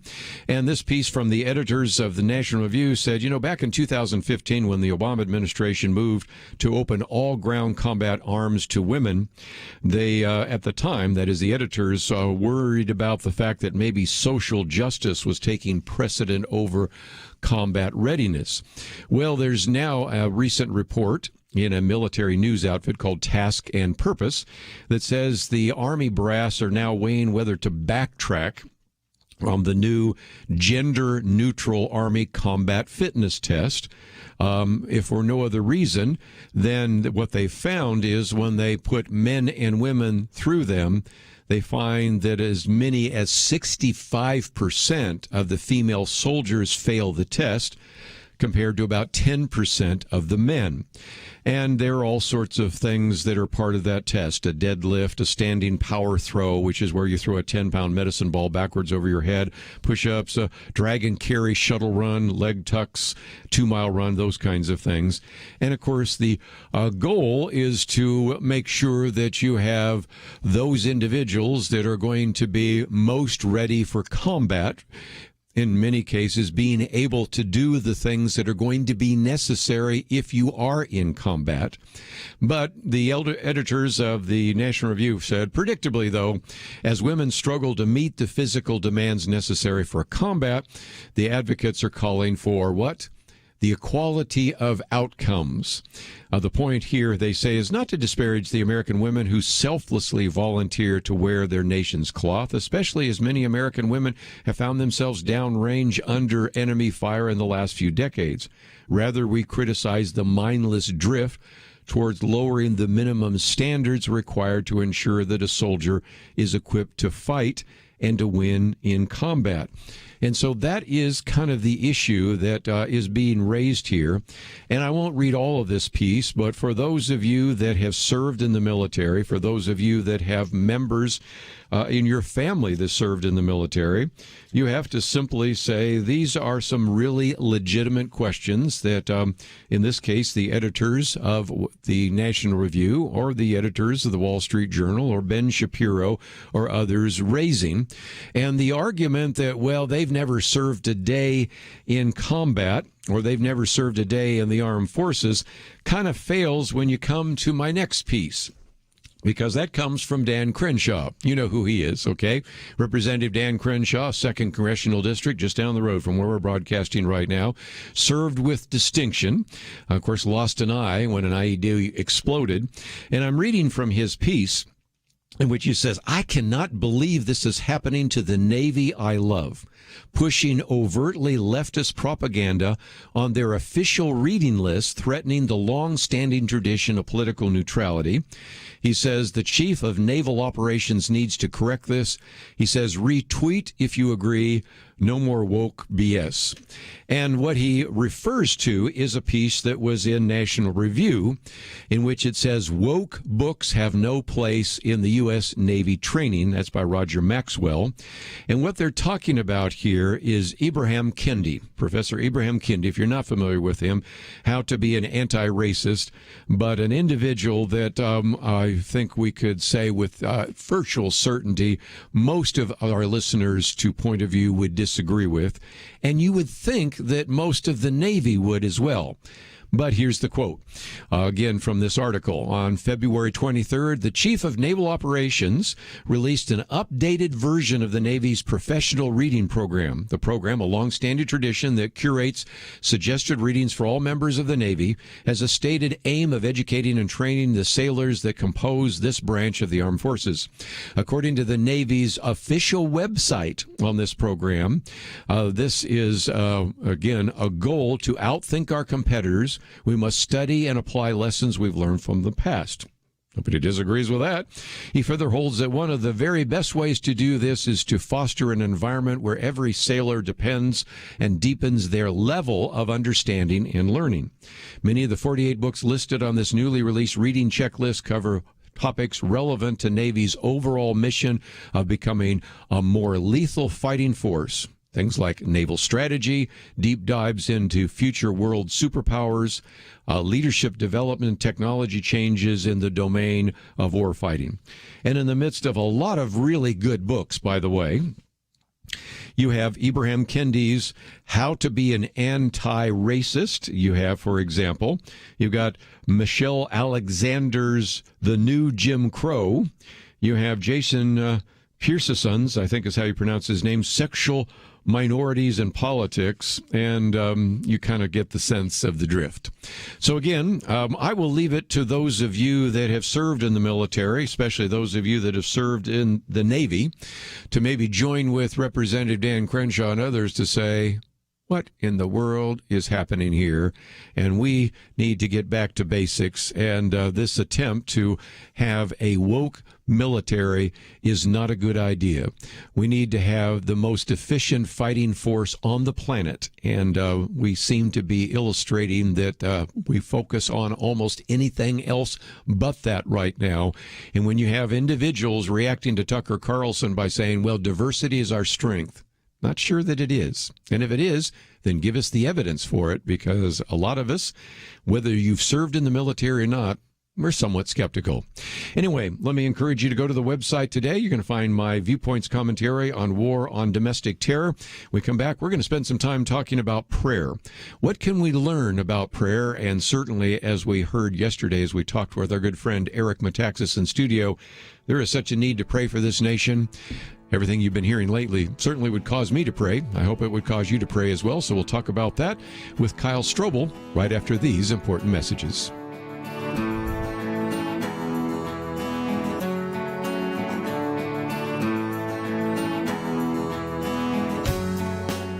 We live in a digital generation. Point of View is reaching this often overly plugged-in generation with truth. You can keep up with us 24 hours a day using your phone, your tablet, your laptop, or your desktop. Search for the Point of View Radio Talk Show on Facebook, where you can keep up with today's issues, learn about current and upcoming guests by liking us on Facebook. Also, follow us on Twitter. Our handle is @PointOfViewRTS.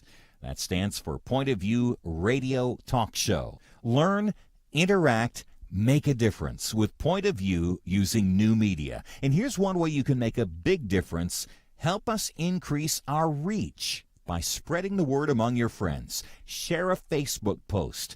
Tag us in a tweet. With enough joining us to plant seeds, we'll see a tremendous harvest. Come on, it only takes a minute. Search for Point of View Radio Talk Show on Facebook, @PointOfViewRTS on Twitter, and subscribe to the Point of View Radio Talk Show channel on YouTube. Learn, interact, share. The Point of View radio talk show. Point of View will continue after this.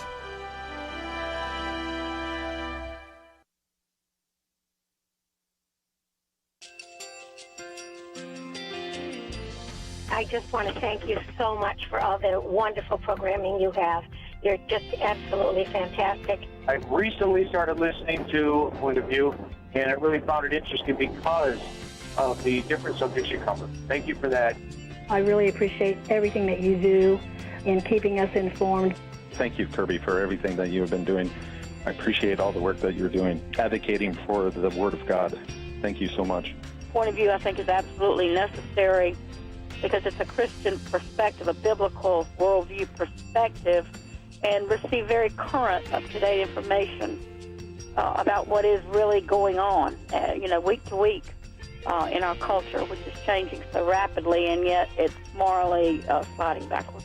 Yeah, I'm just, first of all, I thank you guys. Y'all's program is wonderful, and enjoy it every day. I learn so much every time I listen to it. Point of View radio talk show.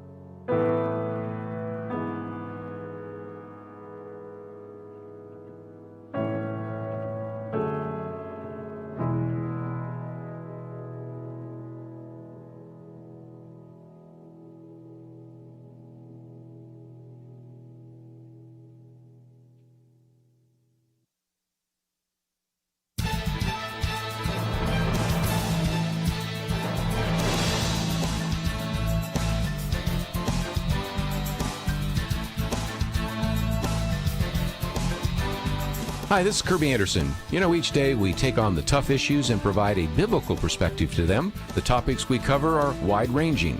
Apologetics, theology, prophecy, creation and evolution, intelligent design, marriage, family, child-rearing, the millennial generation, trends in society, politics, economics, business, religious liberty, the Constitution, public policy, foreign policy, military policy, tensions in the Middle East, abortion, homosexuality, pornography, sexual ethics, media, technology, history, and America's godly heritage. We talk about anything that affects your faith, your family, or your freedom. So don't go anywhere, because Point of View continues right now.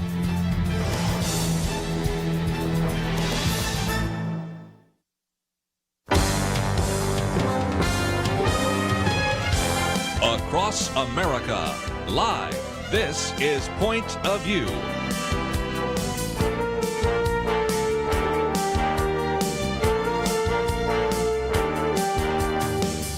And now, Kerby Anderson. Our topic this time is prayer, and this hour we're going to focus all of our time and attention on that. We certainly have encouraged you to pray for this nation, pray for leaders, and pray about circumstances that you might find. And so it seemed appropriate that many people are referring to this book as one of the best books ever written on the subject of prayer, that we would devote some time to it. I'll be the first to admit that I'm never going to write a book on prayer, and that is something that I certainly want to hand out and hand over to individuals that have really focused a lot of time and attention on that. And we're going to break it into two sections. We're going to talk about some of the things we need to unlearn about the subject of prayer. And then we'll talk about what does it mean to pray without ceasing. And we'll talk about this kind of journey to prayer and some of the ideas of deeper prayer and all of the rest. So I hope that you will kind of stay with us for the entire hour. And we're going to be talking about this book, Where Prayer Becomes Real: How Honesty with God Transforms Your Soul. It is written by Dr. Kyle Strobel and Joe Coe. And Kyle Strobel is with us. He is the speaker and writer and professor of spiritual theology and formation at the Talbot School of Theology, which is at Biola University. Now, he's an individual that has written other books, Form for the Glory of God and Beloved Dust and the Way of the Dragon or the Way of the Lamb. He's an individual that has written for a variety of different contexts. And if that last name sounds familiar, well, yes, there is a connection there as well. So, Dr. Kyle Strobel, it is a delight to have you on the program. Hey, Kerby. Thanks so much for having me. Let's, if we can, get into how you have developed this. Now, again, you're a professor of spiritual formation and all the rest, so it would make sense that maybe that is the case. But I think in some respects, as you get into your book, these are questions that you are asking that all of us are asking. If somebody came up and said, how's your prayer life? I mean, I think to a person would say, well, it's not what it should be. So in some respects, your book is really an attempt to help us with that, isn't it? Yeah, that's right. No, and in many ways, my own kind of formation as I look back, it was in college really when I was a biblical studies student. I was in a place of my life where I was involved in ministry in all sorts of ways. I was the head Bible tutor. All these things that on the outside would have looked like, wow, right, this person's really given the whole of their life to God here, and I just was struck by the realization that I didn't pray. And the danger I felt there was that I had a temptation to think maybe they're just some people that they're just the prayers. I'm just going to outsource my prayer to them, and I'll focus on studying Scripture.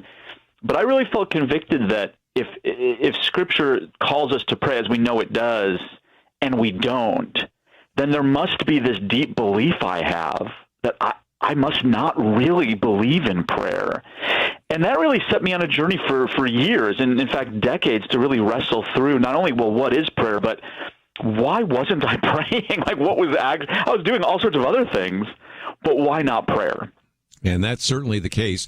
Let's talk about your book for just a minute, because this is put together in a way that would certainly be helpful for an individual going through this. It's published by Baker Books, and we'll talk more about how people can get it in just a minute. But you also have, as I mentioned, two parts.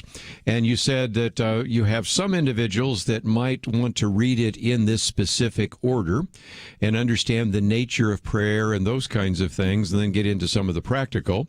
But then there are others that might might want to go right to the practical and then backtrack. And in some respects, the way you've written this, where you also have kind of prayer exercise at the end, this could be read individually, but it could also be something that you could do in a small group, couldn't you?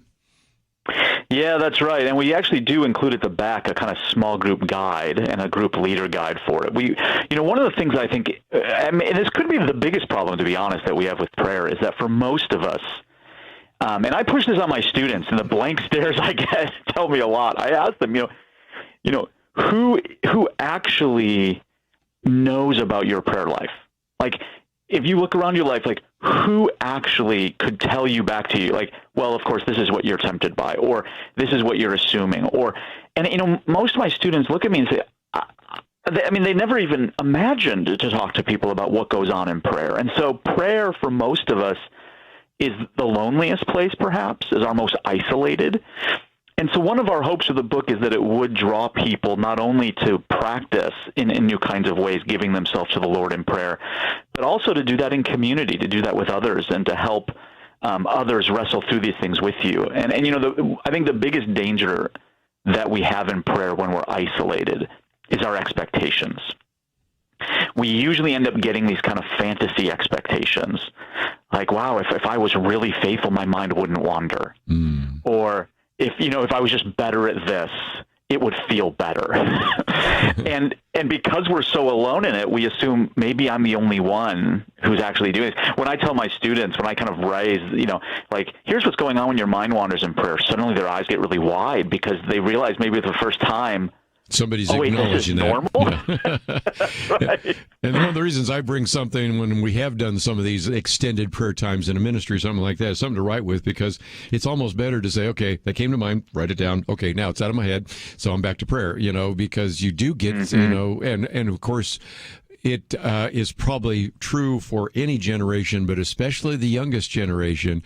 Put them in a room by themselves without a phone, and they are climbing the walls because they've never had that kind of solitude. So let me again, I want to get into some of the specifics, but again, just for some of you that are interested in taking this journey collectively, as Kyle mentioned just a minute ago, there is a section in the back which is a group leader's guide, which goes on for a couple of pages, and then there's some appendices, a guide for personally praying the Psalms, a guide for the prayer of intention, and a guide for the prayer of recollection. And then, as we mentioned, as you finish each chapter, you say there will be a prayer exercise like this one.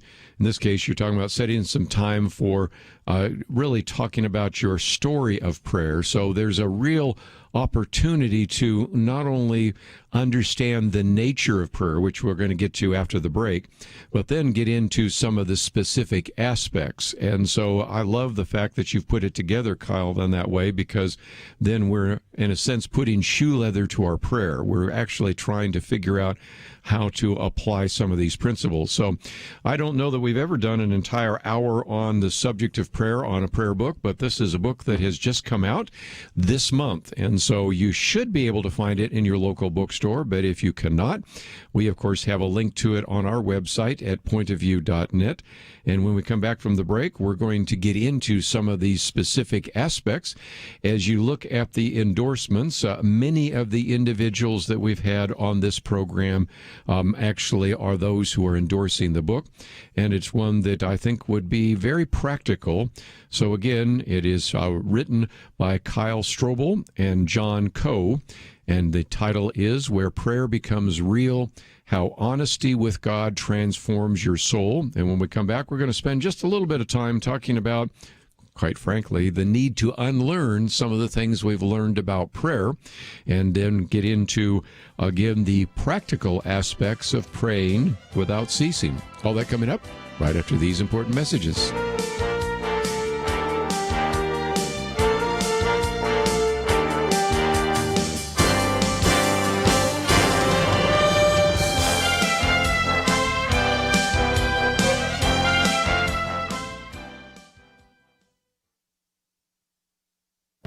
This is Viewpoints with Kerby Anderson. This administration has declared a war on terror, but they aren't thinking about a war on Islamic terrorism. No, they're talking about a war on violent extremists in America. Now, you might think they want to go after Antifa and other groups that have been rioting and vandalizing, but I don't think that's their target either. There's a great deal of ambiguity in defining who are the targets of the new domestic war on extremists, and I think that they are intentionally being ambiguous about their intended targets. We do have a few hints. The newly installed Secretary of Defense, Lloyd Austin, argued that the military needed to rid itself of racist and extremists in its ranks. He even ordered a 60-day stand down to root out white supremacism and extremism. Terms like white supremacy have often been applied to a large number of individuals. General Stanley McChrystal says he sees terrifying parallels between Islamic terrorists with al-Qaeda and the people who stormed the Capitol on January 6th. Former CIA Director John Brennan recently talked about what looked like insurgency movements overseas that could bring together an unholy alliance here of religious extremists, authoritarians, fascists, bigots, racists, nativists, and even libertarians. Religious extremists? Would conservative Christians fit into that category? Libertarians? Some of these terms have been so broadly applied that a large portion of America could be identified as domestic extremists. It is time to ask this administration to speak plainly. Who do they believe is a threat? Why do they believe those groups are a threat to America? Are they talking about us? I wonder if they refuse to be precise because they want all of us to be afraid. I'm Kerby Anderson, and that's my point of view.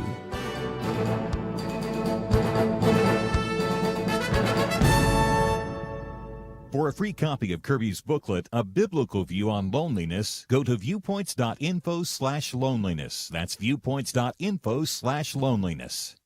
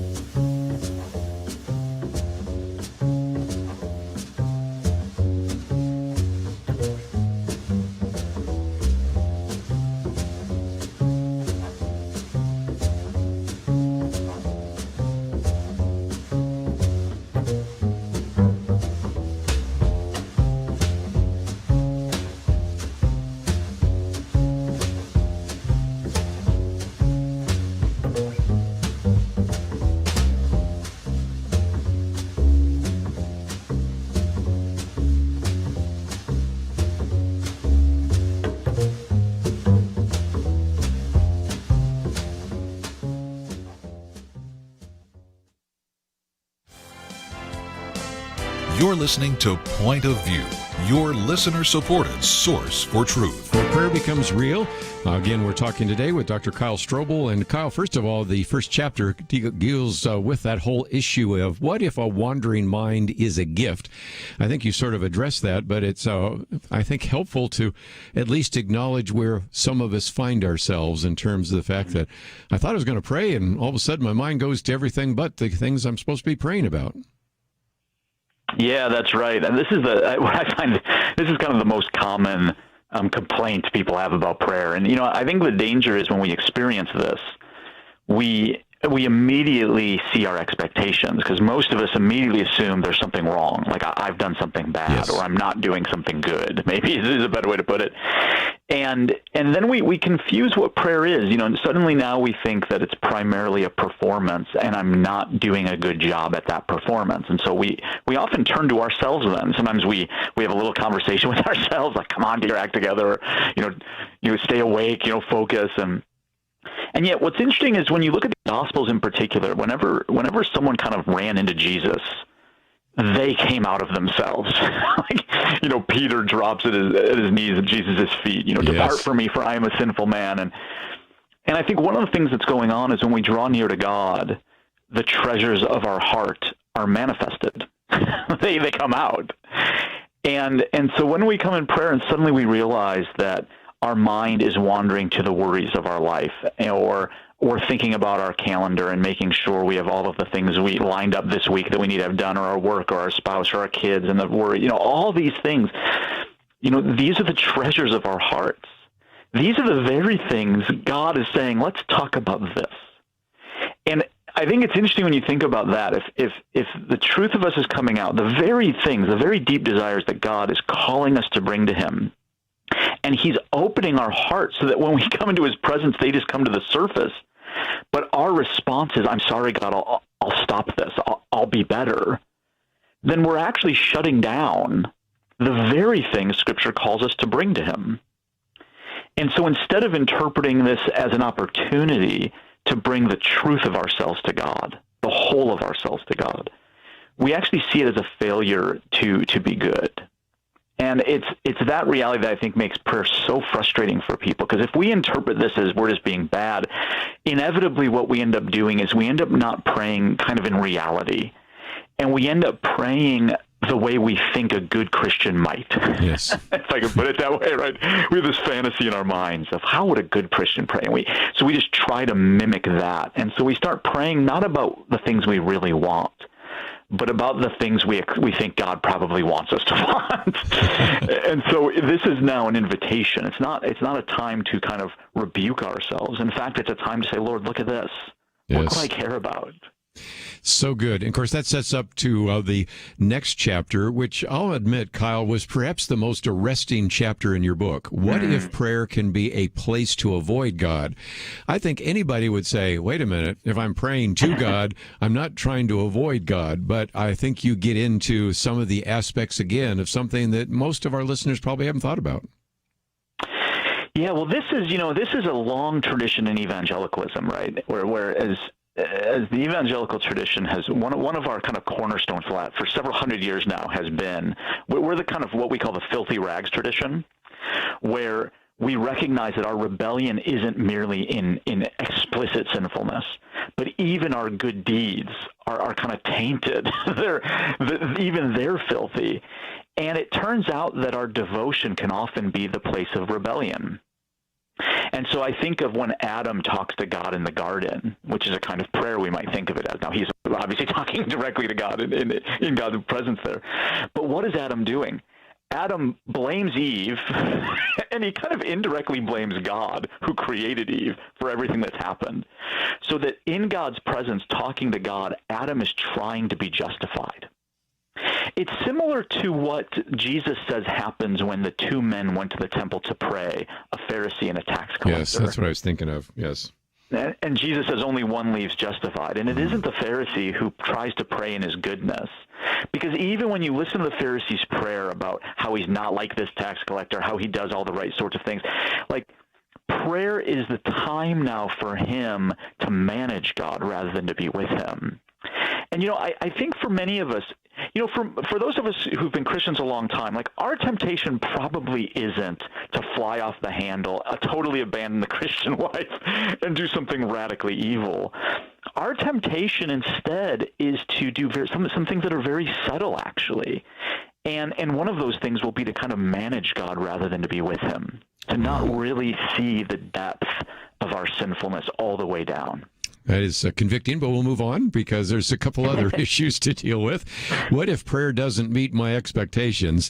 How about when prayer doesn't meet my expectations? If you've been involved in ministry any length of time and you've prayed for other individuals and you prayed that this person would be healed and pray that this particular defect would go away, and on and on and on, we all have faced that. And frankly, that leads most of the time to these very timid kind of prayers, kind of like, if it be your will, because after all, we so often have been disappointed because prayer has not met our expectations. What are your thoughts about that? Totally. Yeah, no, and that, one of the things I noticed in my own life, what's happened, it's not only led to timidness, although it has led to that at times, but it actually leads me to more talking about the frustration with myself rather than with God. And that's, what we're constantly driving in this book is that, God wants it all, and he actually can take it all. Like I think somewhere along the lines we pick up this sense that God can't actually handle the real deep stuff. Like, yes, it was in my sins that he died for me, but now he really can't handle them. And what we want to say is the opposite is true. And so if you've prayed and God really hasn't answered it, as far as you can tell, God seems to have ignored it. Right now, of course, we say as far as we could tell because we don't know all that God's up to. Then instead of just turning to yourself in frustration, man, this is so I shouldn't. Why didn't he do this? Now that's what you ask God. God, why didn't you do this? God, where are you in this? And one of the things you'll realize is if you actually start praying the truth, your prayers are going to sound a whole lot like the Psalms. And the Psalms are people who are saying these sorts of things to God. God, yes, how long? Are you doing anything out there? Look at this world. Why are you letting this happen? And it's only when we begin to bring that to God where now suddenly we're praying in reality, in the truth. And, I think it's interesting what the Psalms show us, among other things, is the Psalms reveal to us what the Christian life is going to be like. And so as we read the Psalms, one of the things they do is they help us see, like, oh, this is going to be a life of crying out. Just like with Jesus, this is going to be a life of praying, Father, is there any other way? But not my will, but yours be done. Yes. It's like that reality is just going to be true. Your fourth chapter, of course, gets into the Psalms quite a bit. What if God wants my heart of sin and pain? Because you take us through Psalm 31, Psalm 80, of course, Psalm 139, a number of other passages in there. In some respects, that is more accurate of the Christian life than kind of the American feel-good evangelical view of prayer, isn't it? Yeah, well, and that's one of the things that I realized in kind of growing up in the church and growing up in the era, particularly the 80s and early 90s, when almost every praise song was more kind of what I would think of as a good kind of a revival song, and of course those have their places, but we never sang about sorrow, about struggle, about lament. And what's interesting about the Psalms is, scholars these days, they group the Psalms into different types, and the largest type of Psalm is lament. Yes, it is. And we've done a whole program on lamenting, by the way. So cool. That's great. Yeah, that's fantastic. Yes. Yeah, because that's something that for too long we ignored. And to be honest, the most meaningful times that I've had in worship communally as a church, we went through a situation where our pastor's nephew, who was 20 years old, died in a car crash. And he actually led the church in a lament. And it was such a meaningful time to just honestly lay before the Lord, Lord, this is not what it's supposed to be. Like, this is not what you had for this world. And it doesn't deny that God is sovereign, but at the same time, it doesn't actually put evil on God. God, this is not what you had for this world. Yes. And so, we need a kind of training, a deep training in actually kind of praying the truth. And the worry that I have is when I was a kid growing up in the church, I think instead of having someone help shepherd me into the sorrow I had, the fears I had, the anxieties I had, I was just kind of told to put a smile on my face. And that led to a false sort of praying. Yes. Let me take a break because we want to come back after the break and spend some time talking about all the practical aspects of that as well. The book is entitled Where Prayer Becomes Real, published by Baker, 200 pages. You should find it in your local bookstore, but we have information on our website. We'll be right back. Having civil conversations about important issues seems to be harder and harder. Various media outlets tell people what they should believe, why they should be outraged, and getting people to actually think, well, it can be difficult. Whether it's the gospel, tax issues, social policy, or just about anything else, you need to have solid information and clear thinking to address the hard issues. You need God's truth applied. And that's what you get in less than 2 minutes with Point of View's Viewpoints Commentary, a daily resource to help you be informed and think through the things we need to be talking about. It is free and will arrive in your inbox each day when you visit pointofview.net/signup. Sometimes we know we should say something, but we're silent because we're not quite sure what to say. Viewpoints Commentary can help you break the silence and change the narrative. It can make you a more equipped agent for truth. Get your free subscription to the Viewpoints Commentary at pointofview.net/signup. pointofview.net/signup. Point of View will continue after this.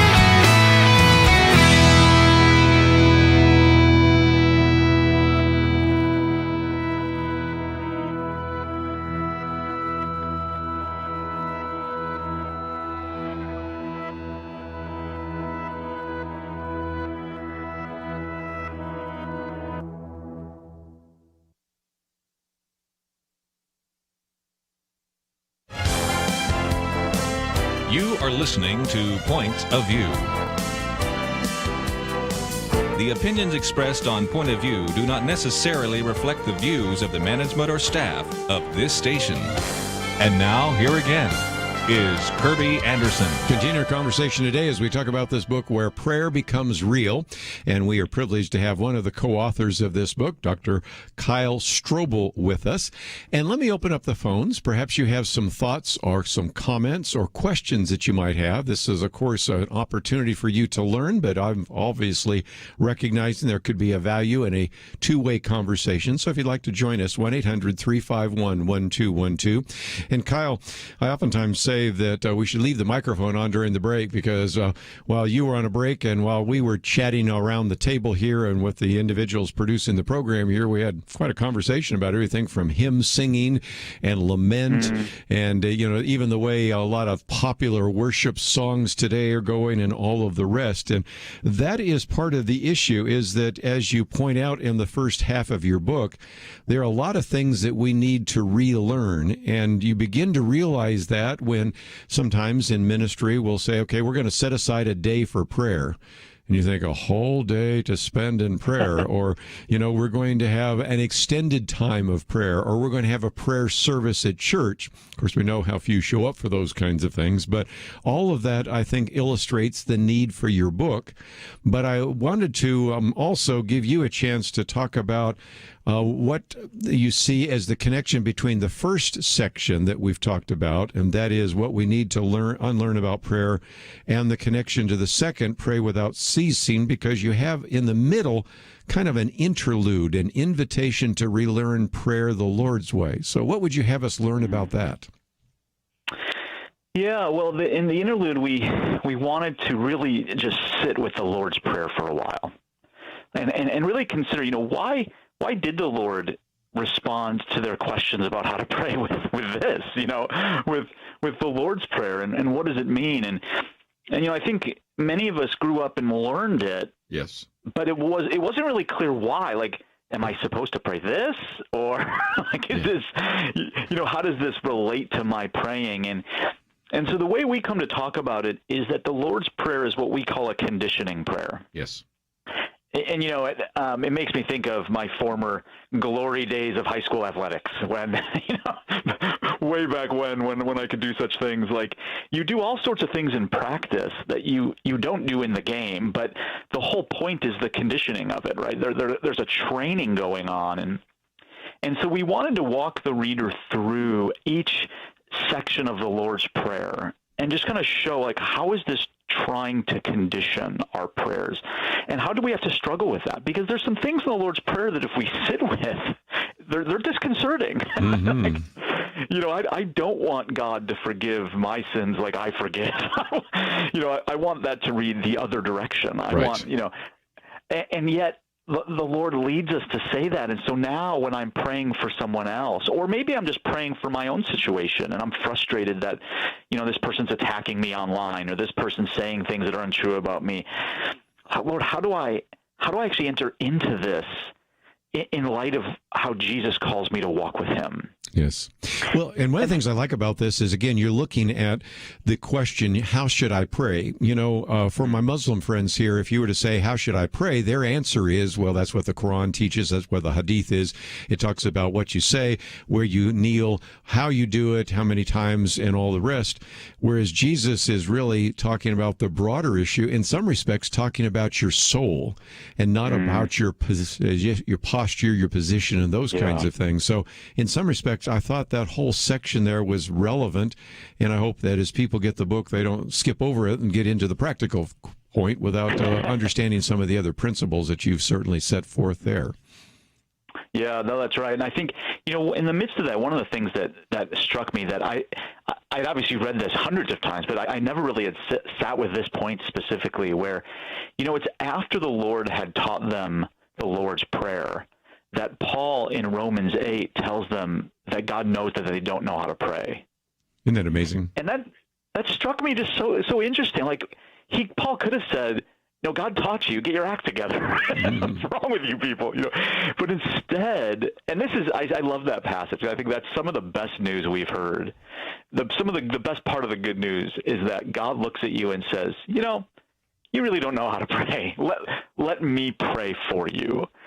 And the fact that God even takes on our praying, it's not that he just took our sins to the cross, but he actually takes our praying on for us in our weakness, and he invites us into something deeper. I mean, that has always struck me as amazing, but it struck me anew, given the fact that the Lord had already taught them the Lord's Prayer, that Paul realizes it's not a form. Like, this is not a simple technique you can master, right? Because you're giving yourself to God, and he has given himself to you, which is precisely why the Spirit, we're told, groans in our souls with groanings too deep for words, and so that now we too can groan out to God in the truth.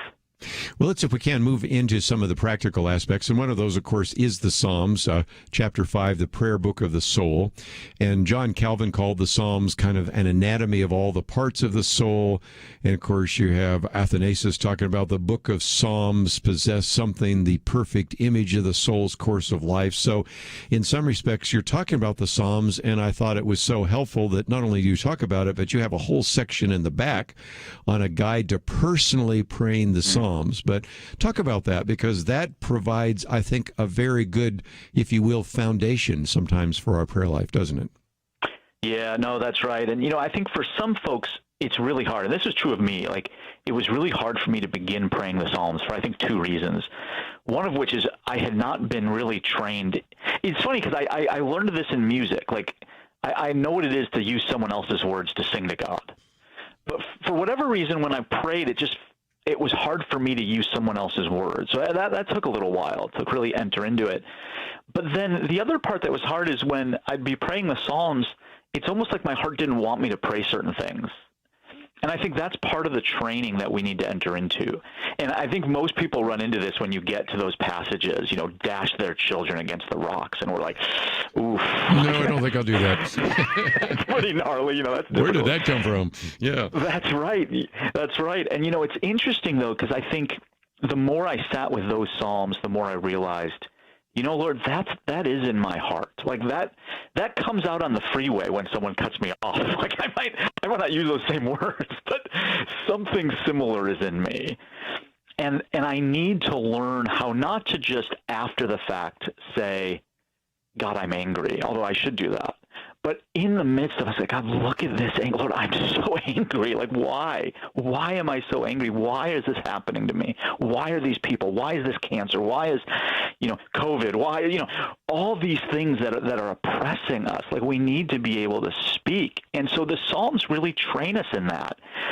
And they train us in joy. They train us in speaking the history of redemption back to God. Some of the Psalms just kind of walk us through how God redeems. And I'm, right now, every evening, I'm just sitting in Psalm 25 because I just love it. Like, every time I pray Psalm 25, the riches that are there and the things it leads me into that if left to my own devices, I probably wouldn't name. And yet they bring me into it. And, and to your point about the appendix at the back, one of the things we also realize is that some people think they only pray the words of the Psalms, whereas we think the Psalms, you say something and then you have to pause a bit and allow that to kind of open the truth. And so sometimes you pause, Lord, I'm surrounded by enemies, and you pause and say, Lord, I really am. Like, look at, like, these people are against me, or these situations, like, these are oppressive. Like, this is undoing your ways in this world. Why is this happening? And so it's not merely to stay in the Psalm, but to use the Psalm to break open the truth and to name it. One of the other things you talk about is collecting our hearts to him, and the word recollection is, we used to talk about keeping God at the center of our lives, but again, that is this idea of how can we kind of collect our hearts to him? Can you give this that? Yeah, so this prayer, or this kind of mode of praying it's kind of got 2 forms to it. One is, and it follows Paul in Philippians 2 and 3, but also elsewhere where Paul will talk about, you need to put off the old and put on the new. And, yes. So one of the ways that looks in prayer is we just kind of need to name the ways, and sometimes this is identities, like identities I've taken on myself. Like some of us take on these weird identities, like I'm a failure, or I'm a success, right? Where we start to kind of use these things. Or for me, I'm a professor, or I'm a doctor, right? Like the word doctor, and to have a doctor, that has a lot of worldly power attached to it, right? Like there's status attached to it. And I can hold that. And it's not a bad thing, but I can hold it in such a way that I kind of use it to try to secure myself in this world. And so before God, I'm just kind of laying that aside. You see Paul do this in Philippians 3 with his resume, which is really impressive. And he kind of lays it aside and says, all this stuff is rubbish in light of Christ.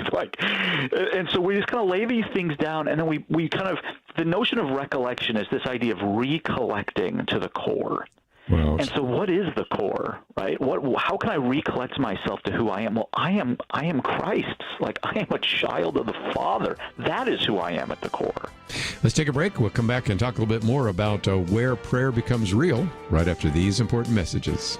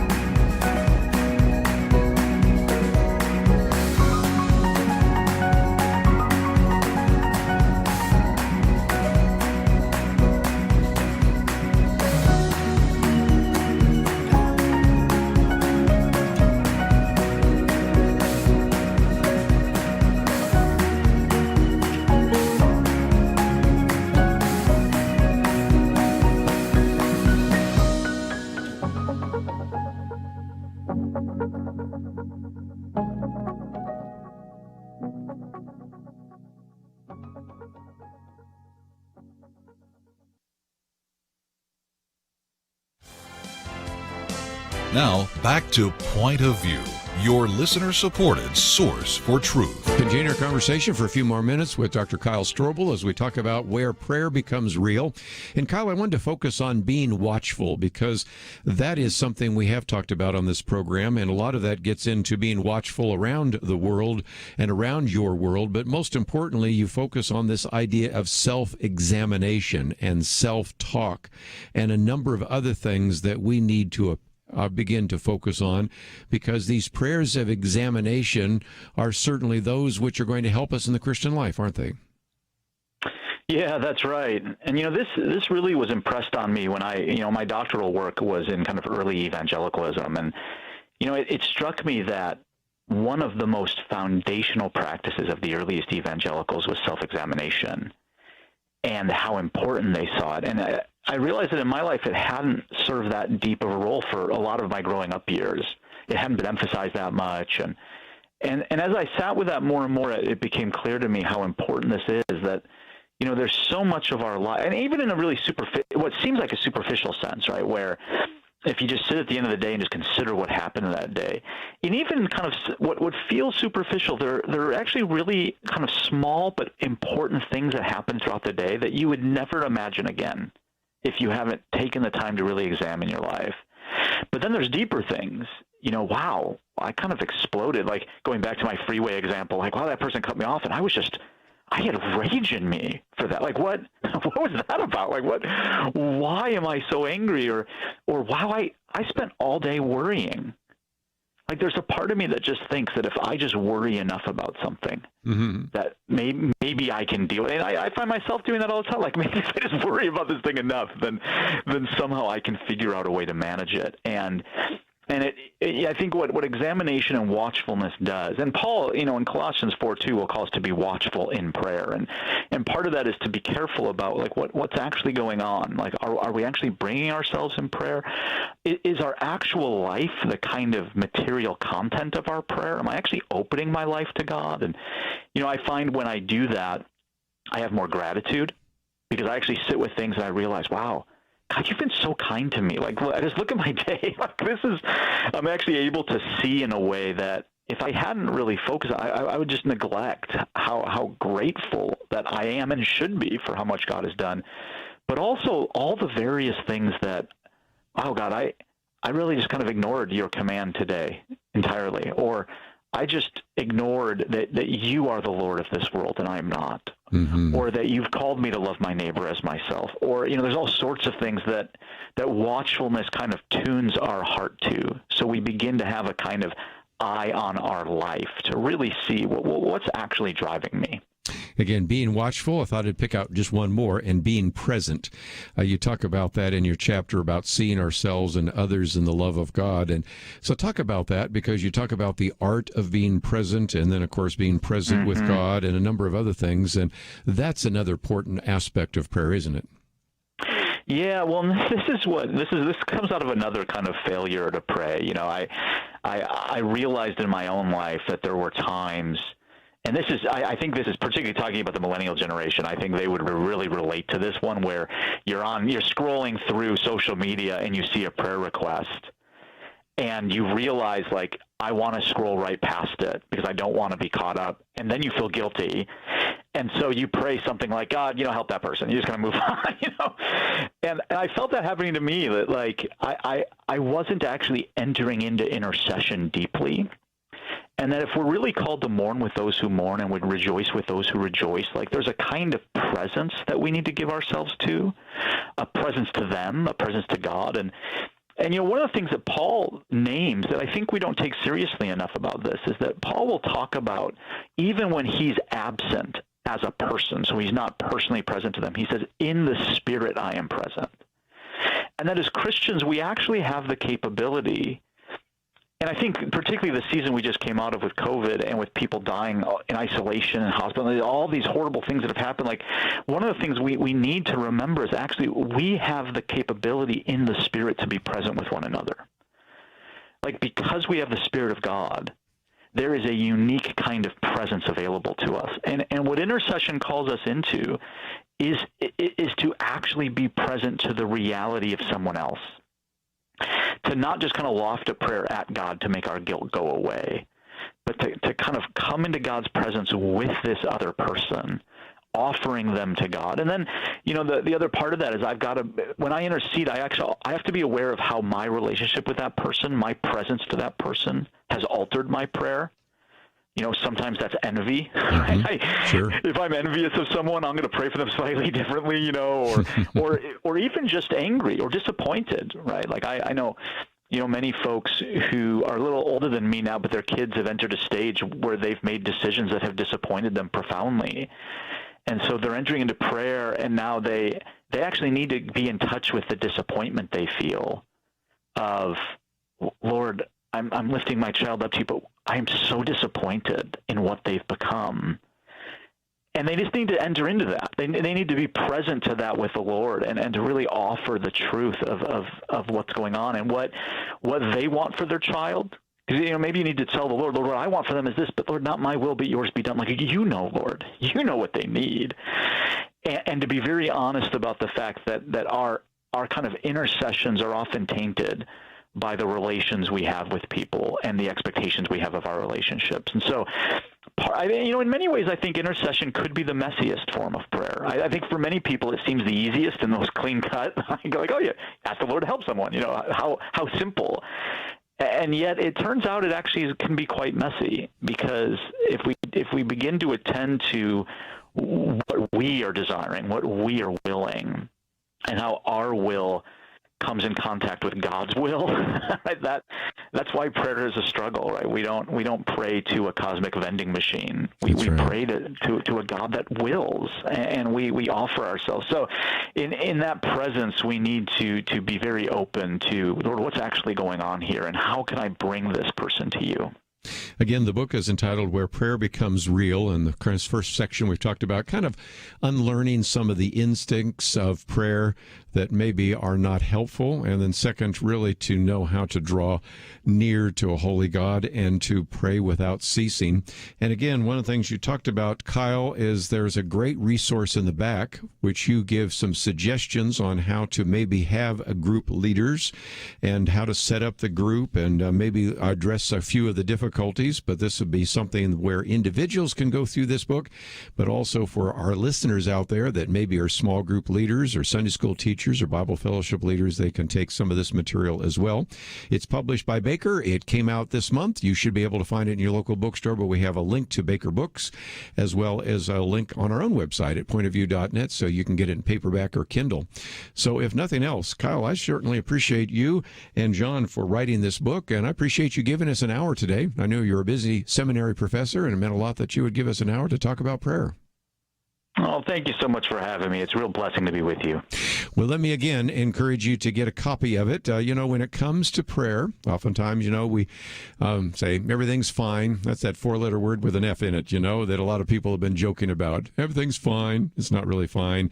And in many cases, we don't know how to pray, and we don't know how to bring our requests before the Lord. And so this is a book that many people are now starting to say it may be one of the best books they've ever read on the subject of prayer. And so we thought it would be something you'd want to know about since the book just came out. And of course, if you have probably guessed by now, as I mentioned, Kyle Strobel, you might know his father. His name is Lee Strobel. And so I thought you would benefit from some of the writing that he has put together there as well. That's all we have for today here on Point of View. I hope you appreciated the conversation. We have posted quite a bit of material for you to read. We've given you some action items, my viewpoints commentary. It's all available at pointofview.net. I want to thank Andrew. Glad he's back, as well as Steve. Have a great day. We'll see you back here tomorrow right here on Point of View. Sometimes I think about seeds. You ever stop to consider that some seeds become entire trees and some trees grow up and produce fruit? Other seeds become flowers or vines that bring us vegetables or berries. And some trees don't have fruit, but they're just pretty, especially in some parts of the country when it comes to the fall colors. Yes, sometimes my mind goes off like that. And I also think about such things when it comes to the seeds that so many have planted in the quest to impact our nation through Point of View Radio. You may think that your gift is a small thing, but like a seed, it can grow to have an impact beyond your imagination. If you want to see beauty again in America, consider planting a seed today and making a difference by joining the Point of View Truth Team. Get the details today, right now, by visiting pointofview.net/team or call us at 1-800-347-5151. Plant a seed for a great future. Cultivate truth.